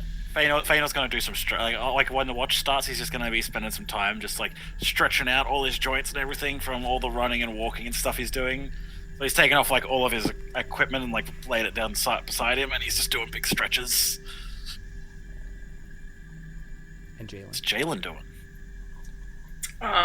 Settling down with a dog, ready to take a night watch. His spirits haven't dampened much. But you can definitely tell, like, he's getting a little skinnier. Not only from all the walking, but, you know, the food has been rationed. And all of the delicious treats he got when you first had him, well, they've done their job, that's for sure. So he's there. He's constantly sniffing around the campsite for, like, something that's edible. But Yeah. he always finds his way wandering over back to your side, Jalen. You know, Jalen, actually, we should take advantage of that. If we can teach him to seek out food, that'll benefit everyone. Yeah. I'm just trying to, like, get him to learn his name first. Look, that's a very valid point. Yeah, we're starting with the basics here. Actually, you might be, like, while still stretching, if you join in for the morning cost, I might be able to take a break for a day or two, and Belgo can, maybe can give you a hand. Maybe you can teach Rufus a thing or two. Maybe start him in some of the training. Gives each of us a chance to really spread our own wisdom to them. Yep. Yeah. Give you a chance to train him as well every day. I'd be alright with that. I was thinking of putting Belgo through some of the paces that I got given when I was back at the Breland. Yeah, I think that'll be what's best for him, for both him and Baldo. Make sure to give Baldo plenty of breaks. He needs to sit down every few minutes, but, he's kind of getting on in years. Yeah, absolutely. But no, it'll be a good chance. How are you feeling? After all this running, after everything that's been going on, are you still tripping on, or are you starting to feel it? I'm alright. Yeah. Before it was sort of just I'm exhausted for no reason, but this is just well, you know what I mean, you know, that sort of happy exhaustedness that your body gets after you've just done a big workout or whatever. Ah, yeah. When you just sit down at the end of the day and you just like, you ease into it all. Yeah. And like your entire body hurts, but it's good. Yes, no. It's one of the better feelings. The best kind of exhausted you can be, really. I am a little bit worried about Theodric. I know he's getting restless, but he really does need to gather up his strength. Yeah. I mean, yeah, like, I've got some ideas of how to help him with that. Some people call me very inspiring. Not to, like, toot my own horn or anything, but, well, you've been an inspiration to us all. You know, except when you tried to wander off into the woods on your own, because... Did you ever explain what you were seeing to anyone, by the way, when... I didn't wander off into the woods. I stood stock still. Yeah, well, okay, yes, that's a valid point. But I feel like you were going to wander off into the woods. Well, actually, honestly, if I'm going to be 100% fair, aren't Theodric and I the only ones who've actually wandered off into the woods?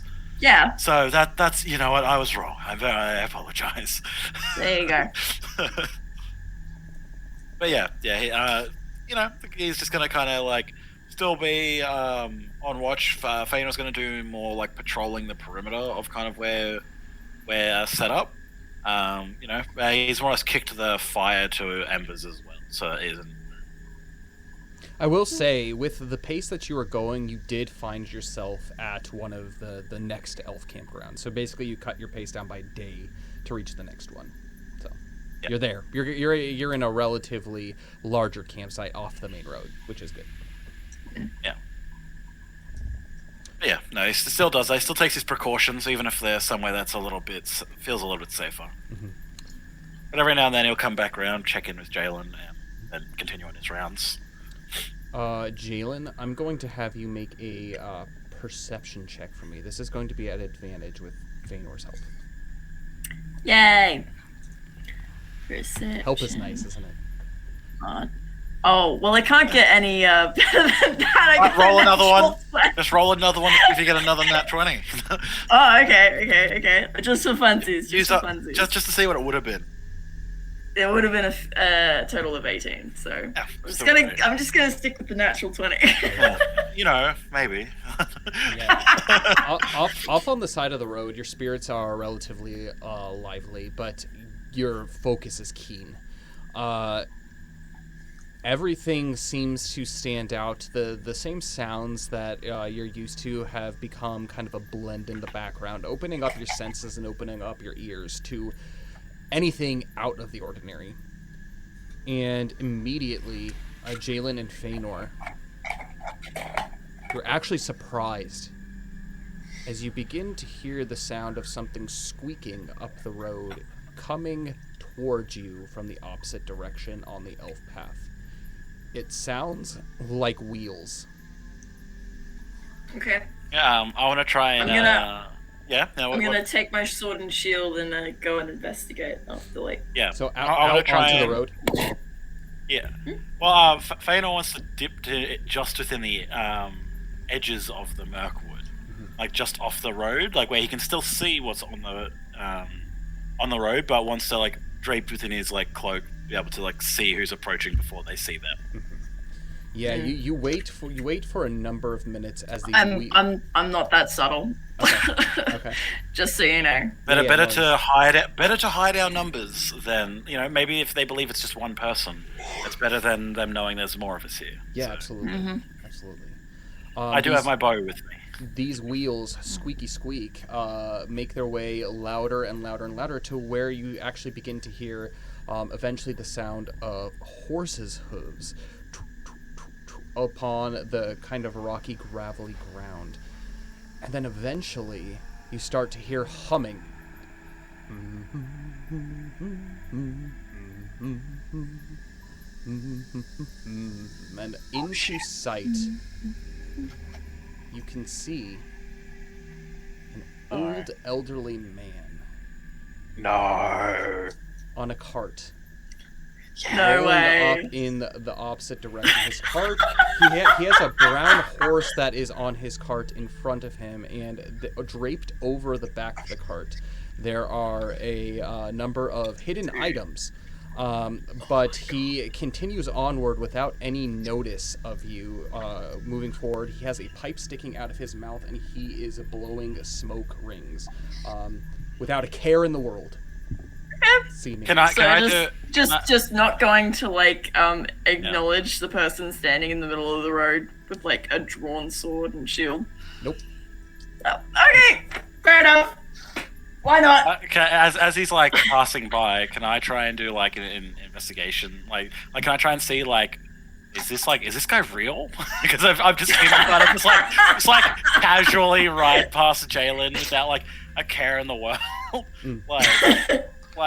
He hasn't actually approached Jalen yet. So he's riding gone forward, by and me. you're out there in front with this sword and shield. He acknowledges that you're there, but he just keeps on going about his business as if this is no problem. But he hasn't quite passed or even approached Jalen yet. But I will say that he can make his way through the side if you position yourself a little up the road. Doing so, Fedor, if that's what you wanted to do. Yeah. If I'm just a little bit further up, so as he's they'll pass by me and then they'll get to Jalen, because then I would be behind whatever potential adversary it would have been. So. Indeed. I'm gonna have you make an investigation check for me. 6. 6. This is weird. You have no idea who this is, but this is weird. Why is he so nonchalant? He doesn't seem to have any guards of any kind. And he seems to be what looks to be an elderly merchant just making his way through Mirkwood at such a weird hour. And Jalen, as he approaches, he does eventually, his horse comes to a stop. What is a young woman like you doing so far out in the middle of the Mirkwood this time of year? I got nothing to say about you, mate. Well, you see, it is old merchant traveling in a dangerous wood on an elven path. Indeed, and I took the path that is clearly, more traveled by. You see, it is the 1st of April. In the year Happy April Fools. 2947 of the Third Age. And in all of my time here on this Middle-earth, I have never run into someone by the likes of you here on this path of Mirkwood. Perhaps this is fate that brought us together. Interesting take, mate. Indeed. Now may I ask your name?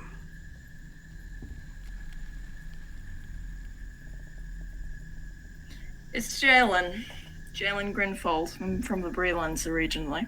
Jalen Grinfold. Don't tell me, the one that made such a fuss up at the gathering of the 5 armies. Word of you has spread at least throughout Wilderland. Well, you have the advantage on me there, mate. May I ask your name? Just so while she's talking, Feanor is come out onto the path and he's trying to check if everything's all good. He's just a little bit further down, just almost silently wants to try and just make a perception check. Do the vibe check. Yeah, vibe check, perception check. Well, I go by many names, Lady Jalen. Well, some call me the Grey Pilgrim. Some call me the Grey Wizard. And unfortunately, in some places, some have even deemed me as a disturber of the peace. But to You're us... kidding me. Indeed. You're the Grey Pilgrim. I can't believe that. What? I rolled a 15, by the way. Do I just see Jalen just suddenly go, what? Yeah, and like she's let her guard down completely as she's just staring dumbfounded literally. at this. Yeah. And you sense immediately there's no immediate danger here. Jalen, are you all right? Is everything okay? You seem a little bit awestruck. He's the Grey Pilgrim! Oh, yes, I saw your friend peeking out of the wood, but it is not uncommon to see the elves of the Mirkwood to and fro throughout, as long as you have keen ear and eyes to be able to see. Of course. But you're the Grey Pilgrim! Indeed. Sorry. I am also the Grey Wizard, and some also dub me Disturber of the Peace. Oh, I can't believe... If you... Am I being punked right now? Your eyes do not Oh deceive my you. god. I cannot believe this. Okay, Mr. Grey Pilgrim, sir, whatever your name is, I got sent from the Breelands to Dale to look for you, and then once I got to Dale, I found out that I could only find you if I stopped looking for you. So then I stopped looking for you, and then here you are. Looking for me? Well, what reason would you have to look for me all the way from the Breelands? Okay, that's insane. Like, that's actually a really good question, but I got sent by this guy. What was his name? Halberad? Halberad, yep. Yeah. Halberad sent me. He said something about a shadow developing in the lands, and you would want to talk to stop it, and he wanted me to help. A shadow? And he kind of grumbles a little bit to himself. He takes a couple puffs on his smoke ring. And then he actually immediately leans over and kind of dumps out whatever ashes are left, and he's cleaning it out as he is talking with you, like very focused intently on you. This man looks wise beyond his years. Bano has approached, but he is like standing kind of a little bit behind Absolutely. Jalen as she's chatting. So Yeah. it's like he's just kind of listening into what's going on. He's not really got anything to offer. I see you have a friend here. Traveling companions, perhaps. Yeah, sorry. We're actually with this merchant and his son. There's a few of us. Did you want to go back to camp? We could talk properly. Yeah, well, whatever you're smoking smells great. Well, you see, I brought this all the way from Rivendell itself. The elves, they're not much smokers, but they do a fair bit of trading of the leaf down that way. Oh, we Yes, actually join me, perhaps, in this. Do you have a pipe of yourself? Oh, well, you bet I do. He whips out his pipe, kind of like approaches, like holding it out. He gets down and he pulls out from his seat this large, gnarled-looking walking stick as he kind of staggeringly walks with you towards the camp. Everybody's sleeping, but he... Much larger than I thought you were while you were sitting down. Large? Well, that's quite rude. If tall Yeah, Fëanor, don't be rude. you should perhaps be more careful with your word. Tall, yes, indeed. I have a habit of bumping my head on, well, low-hanging branches and, well, you can say low stoops. This hat, and he takes off his hat, and you see this like shaggy kind of gray hair. This does add to my height as well. And he sets it down as he your sits next. silhouette is much less imposing. Imposing. Well, tall, as you were saying. Not imposing. No offense taken, no offense. I've been called a many a thing, coming here and there, and many places I'm not welcome. But it seems that you are kind, caring folk, and, well, seems if you are search of shadow, perhaps, a wisdom from a wise old man couldn't hurt. Wait, sorry, just like taking a puff, like, did you say that you're a wizard? Wise old man? Some call me wizard. Well, the tricks that I say, most people do see me as a traveling fireworks merchant, of course, and, well, with that being the case, I guess you could say my fireworks work magic. Oh, this is really good. Where are they having this conversation again? We're At least. walking back to camp. Yeah. Okay. All right. Yeah.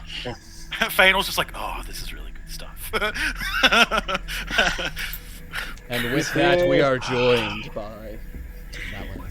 Yes. As Welcome, in Emil. true Japanese fashion, that went 2 hours over it was supposed to go. So sorry, guys.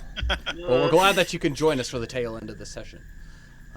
Hey. Yes. I don't Good know. to have you.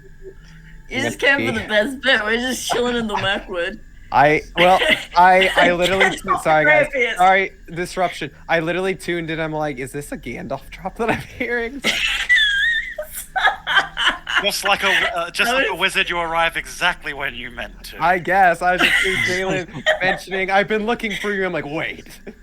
You timed it so perfectly. Okay, sorry. All right, continue the story. I will catch up. After what Gandalf said, I'm like, oh, well, one of our other companions, actually a lad from Rohan, has been looking for some wizards. Something to do with some prophecy, some evil dreams. He met some guy with bird crap all over him. He said it was a wizard. I'm not really sure I believe him. He chuckles to himself. There are many among the wise that wander the roads here in Middle-earth, and if you have indeed met your compatriot, and he kind of gestures over sleeping Theodric. Well, wise indeed he might be, but he's a fool. In many ways, that is. But, to the topic of darkness, you say you've traveled a long time to see me in order to, well, perhaps dispel such a thing as darkness.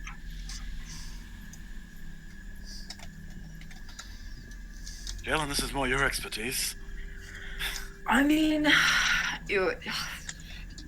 it happened so long ago. I'm not even kidding. But yeah, Halbarad mentioned that there was a shadow looming over Middle-earth, and together we came to the conclusion that it should be shed some light on, and I wanted to leave town anyway. He pointed me in your direction. I really don't know much more than that. Young Halbarad. Well, perhaps you do have a part to play in this tale. And as he sits down, he actually pulled up a stump directly ahead, looking directly at you, Jalen, as you kind of see a little twinkling in his eyes. Young Jalen, daughter of the road, and from what I can tell, seeker of purpose. Your eyes reflect the weariness of many miles traveled, and the weight of uncertainty lies upon your shoulders, and this shadow that you speak of could perhaps be just that. Well, though we have just met, I sense a spirit in you. A spirit in all of you. One that burns bright. His eyes kind of glance down at your sword, but back up. It burns bright amidst the I shadows. just put a hand on the hilt.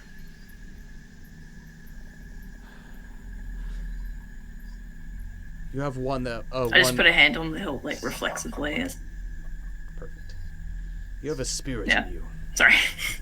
One that burns bright amidst the shadows that dance along your path. And he gestures out to the elf path. Your journey across Middle-earth, all the way from the Breland, back here to Mirkwood. Well, in search of purpose is not an easy one. But take solace in the fact that you are not alone. And he takes a couple puffs of smoke, and he smiles, and he kind of leans over closer to you, Jalen. As I have walked these lands for many years, I have encountered countless souls. Souls grappling with their destinies. The woes of the road are inevitable. My dear, for it is in our nature to question our purpose and yearn for meaning. But worry not, for the answers lie not in the destination, but the journey itself. Perhaps you've heard that before. But I do find, as someone who travels the roads, this to be especially true. Jalen. Feanor. The road goes ever on and on. And yes, it is true. Life is a series of roads, winding, twisting, leading us to places we never imagined. Embrace the unpredictability of it, for it is in these twists and turns that we truly discover who we are and what we are capable of. Each step you take, even in doubt, it is a step towards understanding and growth. You speak of a growing shadow, a darkness that looms over our world. Coming from the mouth, the lips of Halbarad. Well, apparently Eriador is feeling this as well.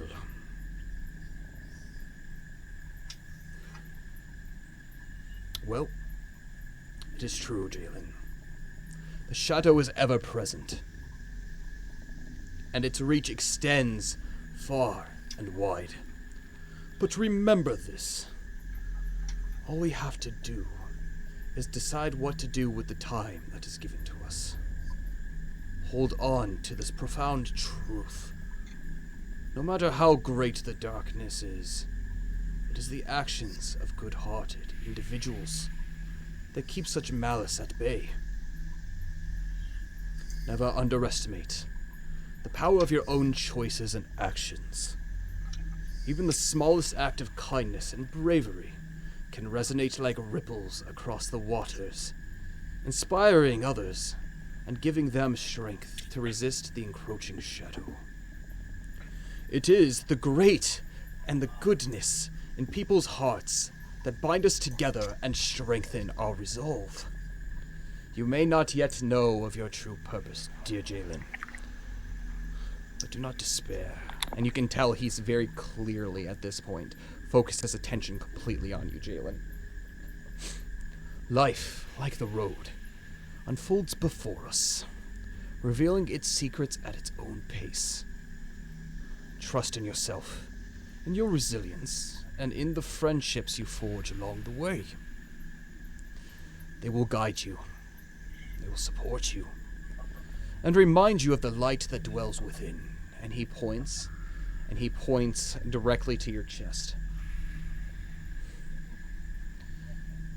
In the face of uncertainty, remember the wisdom of the old man who sits before you. Even the smallest person can change the course of the future. You have the power within you to shape your own destiny and impact the lives of those you encounter. So, embrace the woes of the road, my young friend, for they are but stepping stones on your path to purpose. Carry with you the light of hope, and let it guide you through the darkest of times. And remember, he takes a puff, as long as there are good people who dare to fight, the shadow shall never truly prevail. Now, my dear Jalen, take heart, for your journey has only just begun. May your footsteps echo with determination, and may your purpose reveal itself to you when the time is right. The road awaits, and with it, the wonders that lie ahead. And he kind of, not really answering your question, he sits back, almost kind of, and he stares at you, and he stares at Feanor as well. He begins blowing a few smoke rings, and these begin to dance above. The smell from this changes with each smoke ring that emits. And his eyes, they seem tired. Large bags weigh heavy under. But the twinkle in his eye is inspiring. A twinkling that reflects the stars, something, Jalen, that you've been searching this whole time you've been in the Mirkwood. A silver. This speck of hope. surprising coming from a character with a demeanor such as this. He looks ancient, he looks old.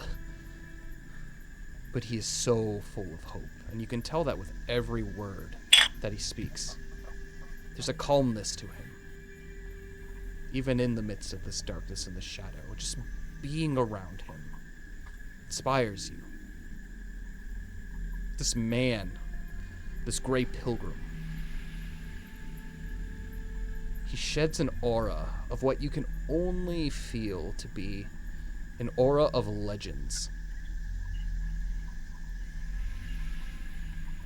How are you responding to this?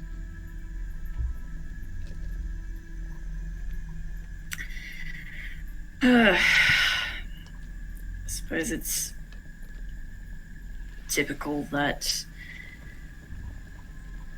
I came all this way just to find patience. Patience indeed. But the words that I speak to you, let them sit, let them rest, let them percolate. I can tell, with one so young, you have a mind so sharp.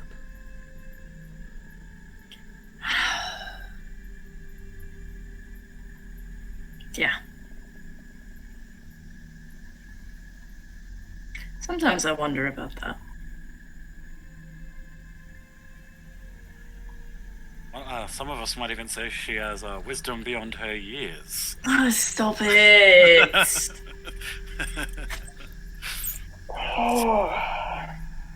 I just don't know what I'm supposed to be doing. You're not supposed to know all the time. I'm meant to know some of the time, okay? Is that so bad, Vader?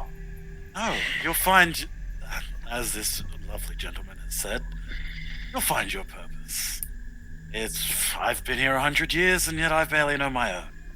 But I know what my purpose is. I'm supposed to defeat the shadow. Or at least fight against it. What does that mean? I don't know! What does it mean to you? Why is it important to you to fight back against the shadow? Which begs the question, a very important one. Jalen, you've come traveling to seek answers from a young ranger of Eriador. What could have driven you so far beyond your borders off of the simple words of a young man? Clearly, the road has taught you much. And you've survived until this point. And you have a charismatic nature about you. Something that not everybody has in this here Middle Earth. But do know, when people mention charisma, it's not necessarily a word for just an allure to someone. It's not necessarily a word to just captivate attention. In fact, a charism is something that is ingrained inside of you at your birth. From your creation, we all have a purpose we're all seeking. And those charisms that we hold within, it is up to us to develop those over time. Some of us, it might be strength with the sword. Others of us, it might be the wisdom of many roads traveled. But hear the words that I speak to you. What is your charism? Something that reveals itself. A charism is, well, it's noticed by how people interact with you. If you have a particular charism in your life, people often tend to point it out to you. It's something that comes second nature to you, and comes second nature to saying from others, even from those who may seem quiet. It's not necessarily a personality trait. It's not necessarily a physical feature. And it is different with everybody, not to say that people don't often share the same type of charism. Confusing, perhaps, but very simple, I do feel. You, Jalen. You seek to dispel a shadow. Look to your charisms.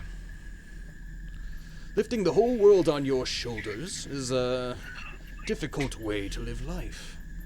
Even for one that is so long-lived as an elf, even one that is so well-traveled as myself. Of course, I am a simple fireworks maker, fireworks merchant. But my years of experience are not necessarily going to make the same impact as perhaps what you have to offer, Jalen. Same for you, Fëanor. Take this to heart. It was very nice meeting the two of you. And, hopefully our paths shall cross again one day. But if it... well, seems a couple of hours have already passed. Almost as if moments. But I do have a tight schedule. And I shall be going, departing from you. The road ahead, well, at least from what I experienced, is relatively clear. Keep a swivel as you wander through these here woods.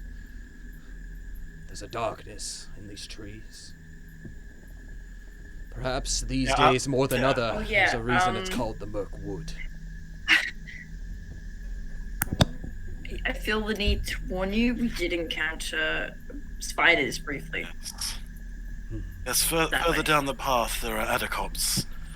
They seem to be trailing us. Are you... I'm not sure if you're very well equipped to defend yourself against such creatures. Oh... well... Adacops spiders. They are troublesome creatures, aren't they?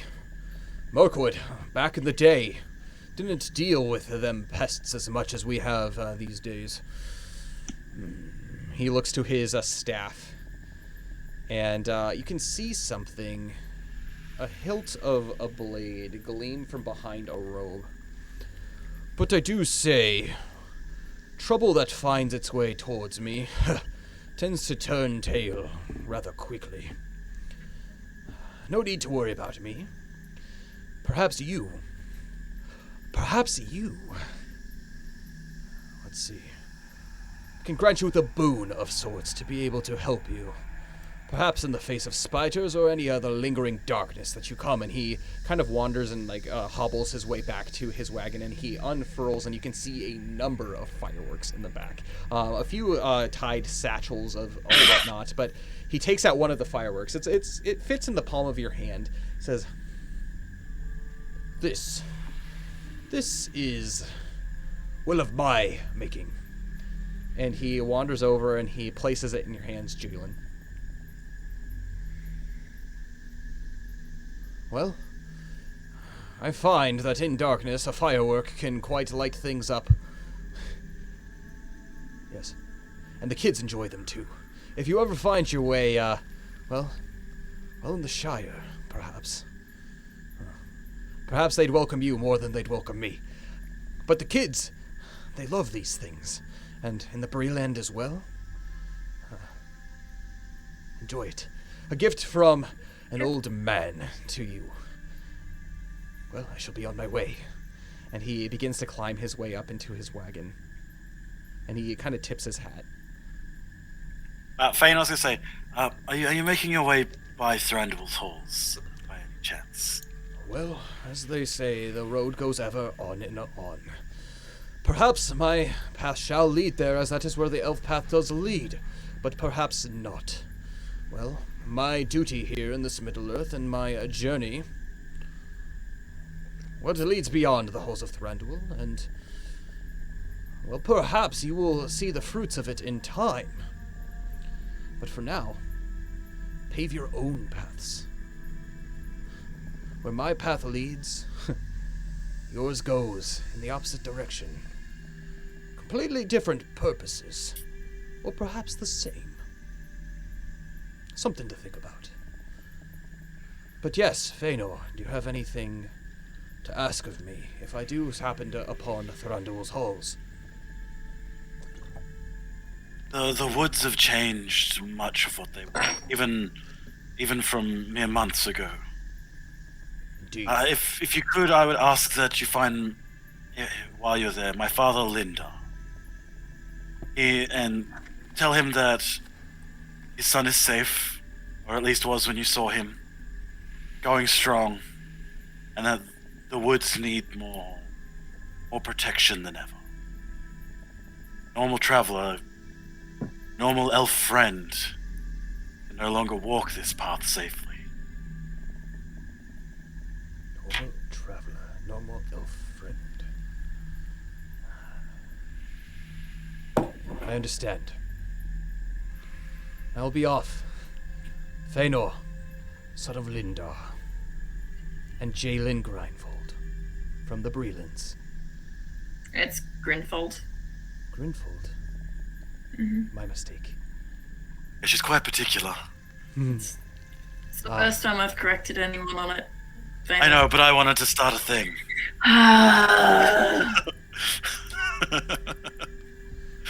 Well, perhaps that smile can make a few number grin in the process. And I will be off.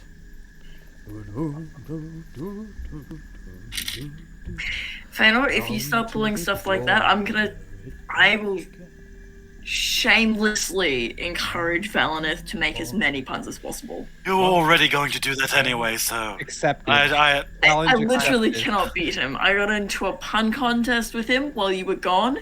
He beat me so badly. Yes, but I always expected everyone to encourage it anyway, because I don't seem to like it very much.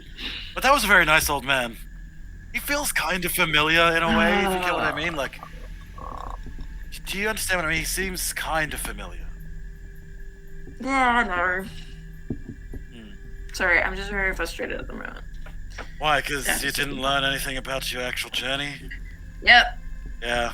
Look, I'm if he's still beginning not to feel looking... like this whole thing was a little bit thing, and I just let on a wild goose chase halfway across the world. You know, it is a very broad statement to not look for someone and eventually they'll show up. But hey, you did meet him. Perhaps if you don't look for him more, he'll show up again.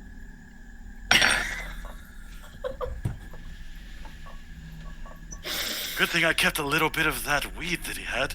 I'm sure that Valineth will enjoy something from his home. Oh, wait, he did say they don't smoke much. Maybe I'll smoke it myself then. And with Aenor starts loading his pipe up again. and with that, Stoner Elf. and with that, you too enjoy a little bit of sweetness in the Mirkwood night, as time seemingly slips away. Jalen, you begin to feel a little bit drowsy as you make your way off to bed, and Fëanor is going to be keeping a little bit of a longer watch before he does wake up Valineth for the day.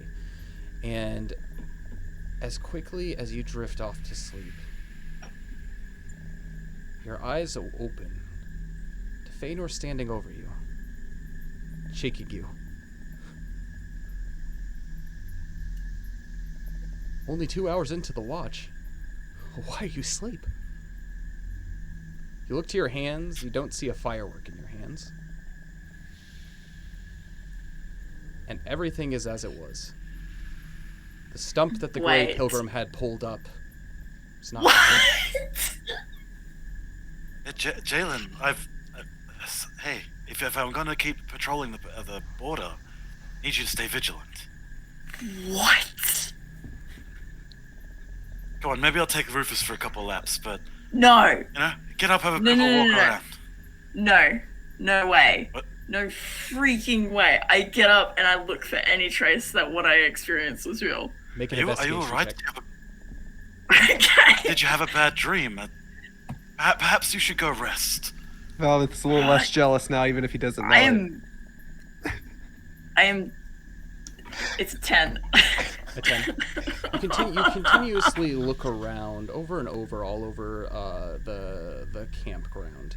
Up and down, any trace of footprints, any trace out on the path of wagon wheels, anything that could prove, even just a hint of the tobacco that he was smoking. Thanos doesn't even own a pipe.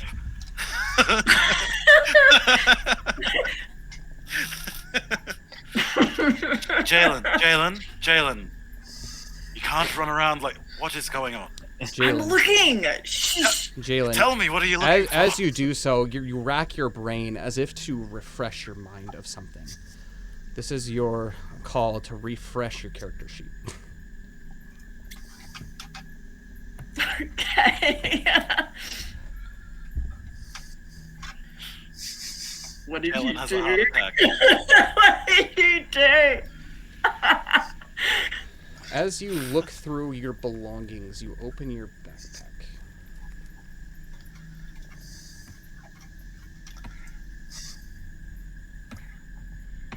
Okay. Oh my goodness. So Jalen reaches into a bag and pulls out an item. What have you? Why are you rummaging? You still aren't speaking to me, Jalen. This is very unlike you. Look at this. What is it? This is real. It was real. I still have no idea what you're talking about. This, and she holds up a mysterious firework. Yeah, some small thing. That is where we're going to end our session for tonight. I didn't even get to do anything. I'm sorry. It's fine. I was part of You that. dog. Oh no! No, it's okay. It's okay. Fun. I did like that. Like, you know, I had in this mysterious dream, Feanor was still kind of present. And that was great. Oh, Get baited. Yeah, right. My Feanor goodness. even spouting his own wisdom. Why do you want to fight the shadow? What does it mean to you? And she's just like, oh, whatever. It's all a dream. I was gonna say, I was like, why does Jalen always get to meet the cool people like Halbaraz, Gandalf? And at the same time, What to say? are you leaving yourself questioning, in the Mirkwood, what is actually real? Nah, Right now, I'm pretty good. Valenish doesn't know it was real. He doesn't. It was all blur to him. Jalen, if you actually want to go ahead and read your, if you want to, you can absolutely keep it a secret if you don't want to read your to everyone. But I think everyone's pretty keen to know what this mysterious item is. Is it a flashbang? Oh It kind of sounded like it'd be a flashbang. Is that some weed? You did not leave me weed. Does pipe do anything in this game? I have a mysterious does, actually. firework. Interesting. Okay, I will say this much. It is etched with Sindarin script. You I can did- read it. She did pick it up and point it to me, so we'll see Yeah, how that resolves. What is it? Session. What does it say? Everyone but Jalen can read it. How's that make you feel? Only Feanor can read it because I've only shown it to Feanor so far. Cool. I won't. We won't say that. If you're just trying to be more mysterious, I'll keep it a secret too. Whenever I see. I mean, it depends what it means. All I right, don't- keep your secrets. Yeah, glad someone said it. Yeah. Literally though. Literally. Jeez. Would the law master like to read it out? Because I don't trust my pronunciation. Absolutely. A rather mysterious firework that does not look to be a Dalish or Dwarven make. In fact, the firework is etched with Sindarin script, Naled Chin or Naled Kin Emel El Penin Bo Naur. Yeah. There's no fuse in the on this firework, and it seems to be sealed shut as if by magic. ありがとうございます。 So, Yeah, Yokata so- I stand with what Feanor said. He's like, some small container or something. Like, I don't. Look, Feanor, This was real, I swear. Also, thank you for subscribing. This was real, I swear. We heard squeaking on the road. This guy came up. We had a whole conversation with him. It was the Grey Pillar, the guy I've been searching for all this time, and we had this, like, she's just pacing around, like gesturing with the firework, and he was smoking something with his tobacco, and you were smoking Put it the with hand him, on her shoulder. and I think you need to go to bed. Like, no, but this Thanos, well, it you can was you can real, tell me in I the morning swear once you've it. listed. So frustrating. That was a good session. I did like. That was great. I Was loved that entire session the dream? Was it all no, a dream? No. No. Okay. No. Yeah, it's like the She last wakes up hour-ish. still in Thranduil's halls. Good lord. It's, Oh, it's that'd be so Inception. Is this whole adventure? Have you actually all left your homes? No. Has Smaug even died? What is this? But yeah, let's go ahead and jump to everybody's impressions. Let's go ahead and start, since Dain, you didn't get to experience a lot, but from what you experienced, tell us about what you had tonight. Definitely make sure to watch the video, because I roleplayed you a ton, FYI. So. Oh, did you? Hey, was it good? Was it good? Falmouth actually did a good pun, a good joke. Did I? Yeah. And Thanor looked at him and went, And it Look was at it was in Elvish too. yeah. I'm gonna definitely have to go Elvish back and listen. puns. Of course, Yeah. I will. I always listen, Yeah. even regardless, even if I'm Yeah. here. I always Make go sure back and you watch. go Yeah. back though, just to make sure that everything is in line. I think I did everything right. So. Sorry. I do first and foremost want to apologize those of you who didn't know where I was. I don't know if you mentioned it right away. I had a meeting with my boss / principal, dinner meeting that went way over time. It started at 5 p.m. my time. I was expected to be home by 7, and I got home at 9. So apologize, guys. But you're here. I'm back. I'm here. And it was good. Again, when I first entered, the first thing I heard is like, I've been looking for you this whole time. And I was like, that's about right.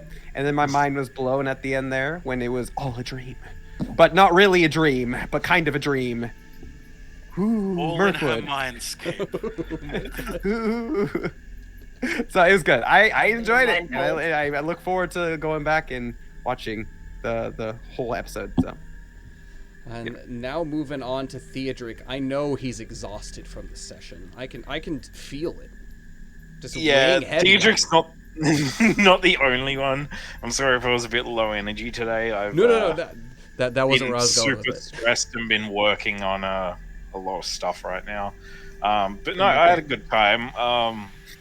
Curious as to what that voice in Theodric's dreams was. That's right, Dain wasn't there for that. Everyone's hearing voices. What is going on? Yeah, I here? was Is hearing everyone going voices crazy? telling me that I can cut through Mirkwood. the darkness. Oh my god. Theodric should be the champion who can cut through the darkness. Oh, blah, blah, I blah, like blah, that. blah. though. He What shouldn't was in fear that the tea shadow. you guys ate? He shouldn't fear the shadow. The shadow should fear him. Like, I like it. you know, I like it it. sounded like good stuff on paper, but the voice Dain used was very scary. So, like, I'm a little leery about that.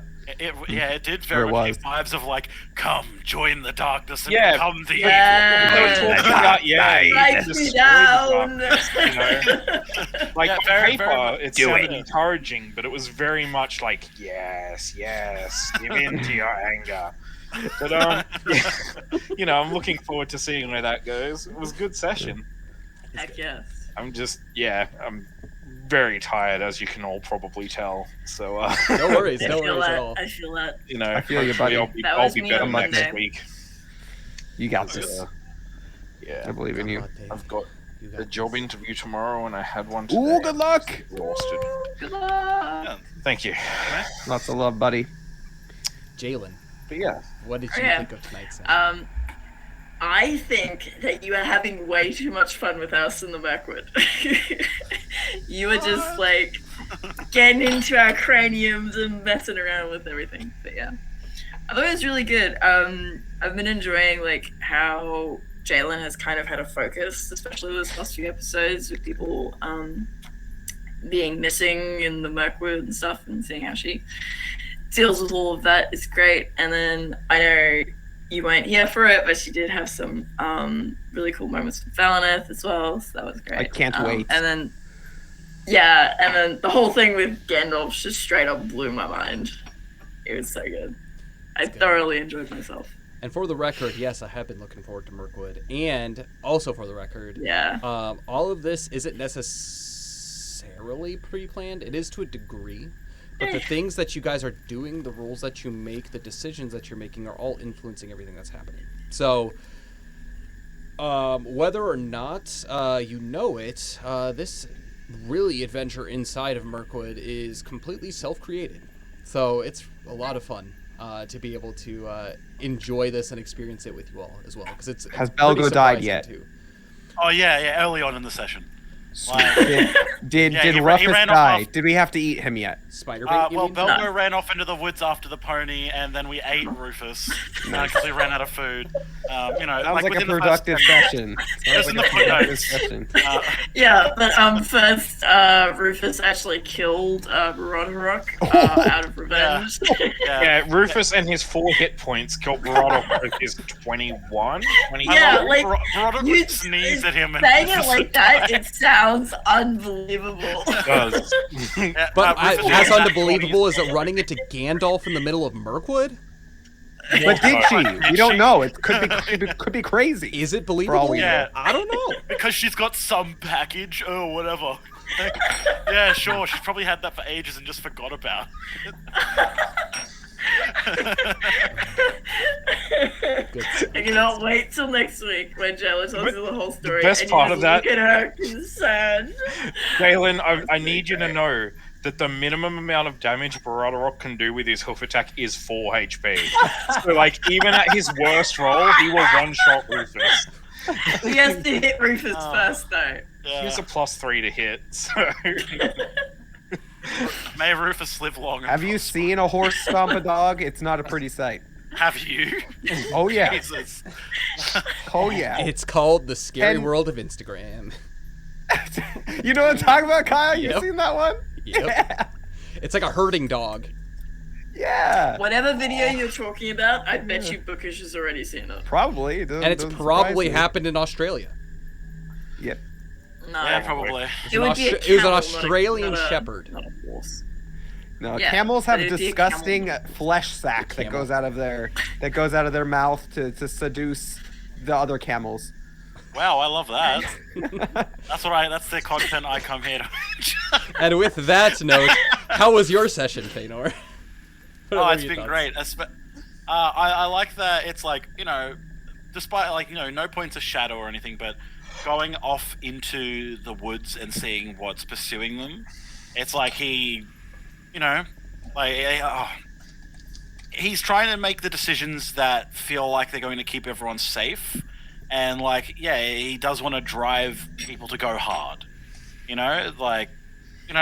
despite Boulder, like, oh, we don't, I'm willing to do it, but not my son. It's like, okay, to an extent, like he's trying to tread the line of where is pushing too far, and that's kind of like what he's dealing with at the moment because he's been in these woods. He saw firsthand what's going on, like what's chasing them. No one else seems to really have like that true fear in them of what's coming. But at the same they've time, heard of it, too, they're worried. Like, being Yeah. able to, like, the responsibility of that is resting upon your shoulders, and yeah, like testing people's strengths and what they're capable of, and that's actually Setting been the something pace too for that's been everyone. fun for me. Again, parts of the game that you don't necessarily expect to play out, but it's cool to see how you guys make that impact on, for example, how does this affect Belgo? How does this affect Baldur? And just, your pace through Mirkwood. It's really cool. I'm enjoying it. Right. It's good. Like the idea of like, because I'd had the idea of like, oh, maybe showing them some basics and stuff, but then like treating it as like a real like, look, these are these gifts that I was planning on giving you at the end as just like let's have some fun together, with your son. But you may have to use them before this journey is over, and I would rather be there to show you the way. Absolutely, for sure. Well, awesome. My thoughts on tonight's session, they were fun. You guys are great. I genuinely, I have so many things in my notes here, ready to go and ready to roll up if you guys do happen upon them. And I just so look forward to every session to see just what ends up happening, and it's really cool to see how you guys are interacting with the world, and each session that goes by feels more and more like Middle Earth. I don't know how the viewers are feeling, but that's very much how I'm feeling. I don't know how you guys are feeling, but it's cool. Like, this world that I love so much, and you guys are making a big impact on it. It's really neat. And also being able to just be like live through like some of the things that like some of our favorite characters from the books. Like I remember when it was described with the dwarves making their way, dwarves making their way through Mirkwood, and like the things that they were experiencing, the things that they were seeing, and like of course like you have like the whole spiders and like all that, and how everybody's stories still kind of intertwine with that narrative being the case. And it's really, really neat to see how, you know, the lives, the impact of those characters and like what they've done and made an impact are real lasting effects on you guys, and you are also making impacts based off of the things that you are doing. So it's beautiful. It's beautiful. I also actually really like the, like, you know, yes, Valnith, a little absent, you know, Dain, you know, we all understand. It's all good. No one's. But it's been good with the interpersonal stuff, like the little things of telling Theodric, go to sleep. You're much, and he's like, no, I gotta pull my weight. I'm like, if a monster shows up, I'll throw you in front of me first, okay? You can have that honor. Go to bed. Feanor's having to, like, you know, Jalen's having a rough time. It's, you're sitting down. Theodric, no, stop. Go to bed. Oh, no, everyone. So what you're saying is that Feanor is the de facto dad of the group? Oh, if he has to be, for now. He's the only one with experience going through these woods. Yeah, He's the only one that's... He's most comfortable here. It's like, keep this ship afloat. But even little moments like... It's literally... Okay, so Valinus is the mother, and then Feanor is dad, and then they're just herding this zoo of people through the woods. I don't know, like a literal zoo. There's all kinds of animals. Ponies, horses, dogs. Yep. Deer. Well, like, yeah. Even saying to like Theodric, like, I'll spar with you in the morning instead of like me training Belgo and Baldor, and then we'll see if you're recovered. You know, like stuff like that. Like actually being able to play to what the character Theodric would probably be willing to go. Yeah, okay, look, that's fair. Yeah. If I wake up tomorrow and I'm not even good in a fight, then I'll know that I still need to rest. And Feanor having the thought of, it's like, how would I convince me to, you know, to like deal with the same circumstances that he's dealing with? If I believed I was like, you know, tired but willing to do it, it would require something like that to influence me. I do love that you made the choice to like have Feanor be bad at like comforting people. Oh no! Hey, whoa, he's excellent. See, that's what I'm talking about. I find that really fun. No, and like even like that moment, especially with Jalen, where she's like, "Promise not to you won't do anything stupid." Instead of just saying like for the sake of it, "Okay, Jalen, I'll try to stay safe." He's like, "I can't promise you that," because he can't. Yeah. He genuinely can't promise you it. But it's like he's like, "I did excellent.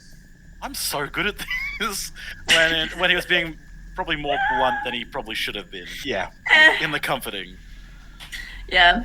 But, like, on the other hand, even if you had, like, just said it, just to appease Jalen, she probably would have known that you were, like, fobbing her off a little bit. She might not have minded, but, that's when by the way, that's just how he rolls. This is the question that everyone's been wanting to answer, though. How did Queensland do today? They won. They did win. We thrashed them quite thoroughly. God, you know what we're talking about? 30-something. I'm assuming rugby. Yeah. The state of origin. It's the Super Bowl of rugby in Australia. More or less. Yeah. I would not say that. It's pretty much the biggest football event in all of Australia. Yeah. Well, I will say really big in Japan, and so I didn't know anything about it. I still don't really know how it's played, but hey, sweet. Oh, yeah. Good job, Cleveland. It's essentially treat rugby like gridiron, but you can only throw the ball backwards, and you wear no protective equipment. Concussion central. Yeah, we won 32 Yeah, we to trashed 6. Oh! Hell yeah. Oh! Yeah. Wait. Australian, did you, I mean, did you watch? Queensland usually does really well. I've been kind of like No, the scores are online already, but Okay. I've been like Yeah, and Book I've was been, giving like, us a play-by-play. clicking on like a live stream of it every so often. Just I because thought you said you didn't care. I don't, but it's doesn't, funny. but he must know. They do throw. national They have pride. contracts in it, so. Gotcha. Oh yeah, that Watching fight them- started in like the first 5 Yeah, minutes. a fight started within the first 5 minutes, which is pretty on On brand. So it's a mixture of ice hockey and American Yeah. football just together. It's good. Yeah. But for the framing of that Australians Yeah, well, have that's about the six. origin, it used to not be penalised when you would get into a fight in football. They're like, yeah, this is part of the sport. But when they're like, oh, that could cause brain damage or something, they're like, oh, maybe we should have a fine, $1,000. All these people that make like $1 million a year. Oh my gosh. Yeah. Well, with that being the case, that is a great place to bring this session to a close. Gandalf arrives. Theodric's having dreams, and Queensland won the Super Bowl. And with that, Well, that's a sentence that's never been said before. Oh my god. no. Really quick word that's about our hilarious. sponsor here on Fantasy Forward. So we are sponsored by Daisnaki, a Japanese sweets and luxury treats company based out of Tokyo, Japan. They sell a number of delicious things from their omakase popular Japanese assortment boxes to their traditional ones in their omakase luxe box. Right now they're between seasonal items, but currently you can purchase their kawaii boxes, random assortment of character-themed candy goods, and then additionally their specific character boxes, which are Sanrio, Disney, Pokemon, and for the month of June, a Tears of the Kingdom themed Nintendo box. And so you get a nice Zelda goodie with that, along with the Nintendo magazine that's coming out in Nintendo Japan. Dream magazine. Nintendo Dream magazine that's coming out with that's Breath of or Tears of the Kingdom themed. And so yeah, really cool. If you're really into Zelda, now's your month to be able to purchase that to guarantee you get some Zelda stuff in your package. But if you also want Zelda stuff, just let them know too, and they'll try. They're really good accommodating, I think. Additionally, if you do order from them, say that Fantasy Forge sent you, as that is it helps us here at Fantasy Forge Studios at checkout. Just mention, hey, Fantasy Forge sent us, and not only will you get discount codes for when the next time those discount codes come around, but if you put your streaming name, you'll also get raffle tickets here on Twitch, your Twitch name, whether you stream or not. Your Twitch name, you will get raffle tickets towards when we do have our big giveaway, which is literally probably within this month, or if not within a few weeks. So once that happens, we are going to give they're going to give away on our channel a omakase box, and depending on the amount that you purchase from them, also if you are a subscriber or follow and you're there for the official stream of that, they will be giving it away, kind of a raffle system. So make sure you check them out. They're amazing, really good people, and you're supporting a small family business here in Japan as well. So Free international shipping. yes, free international shipping, very cool stuff. So but we're going to go ahead and leave it off there, and thank you all again for joining us, those who have stayed to the very end, and the players as well. You guys are amazing. I look very much forward to next week to see where this goes. But until then, may the road go ever on and on. Have a good one, everybody.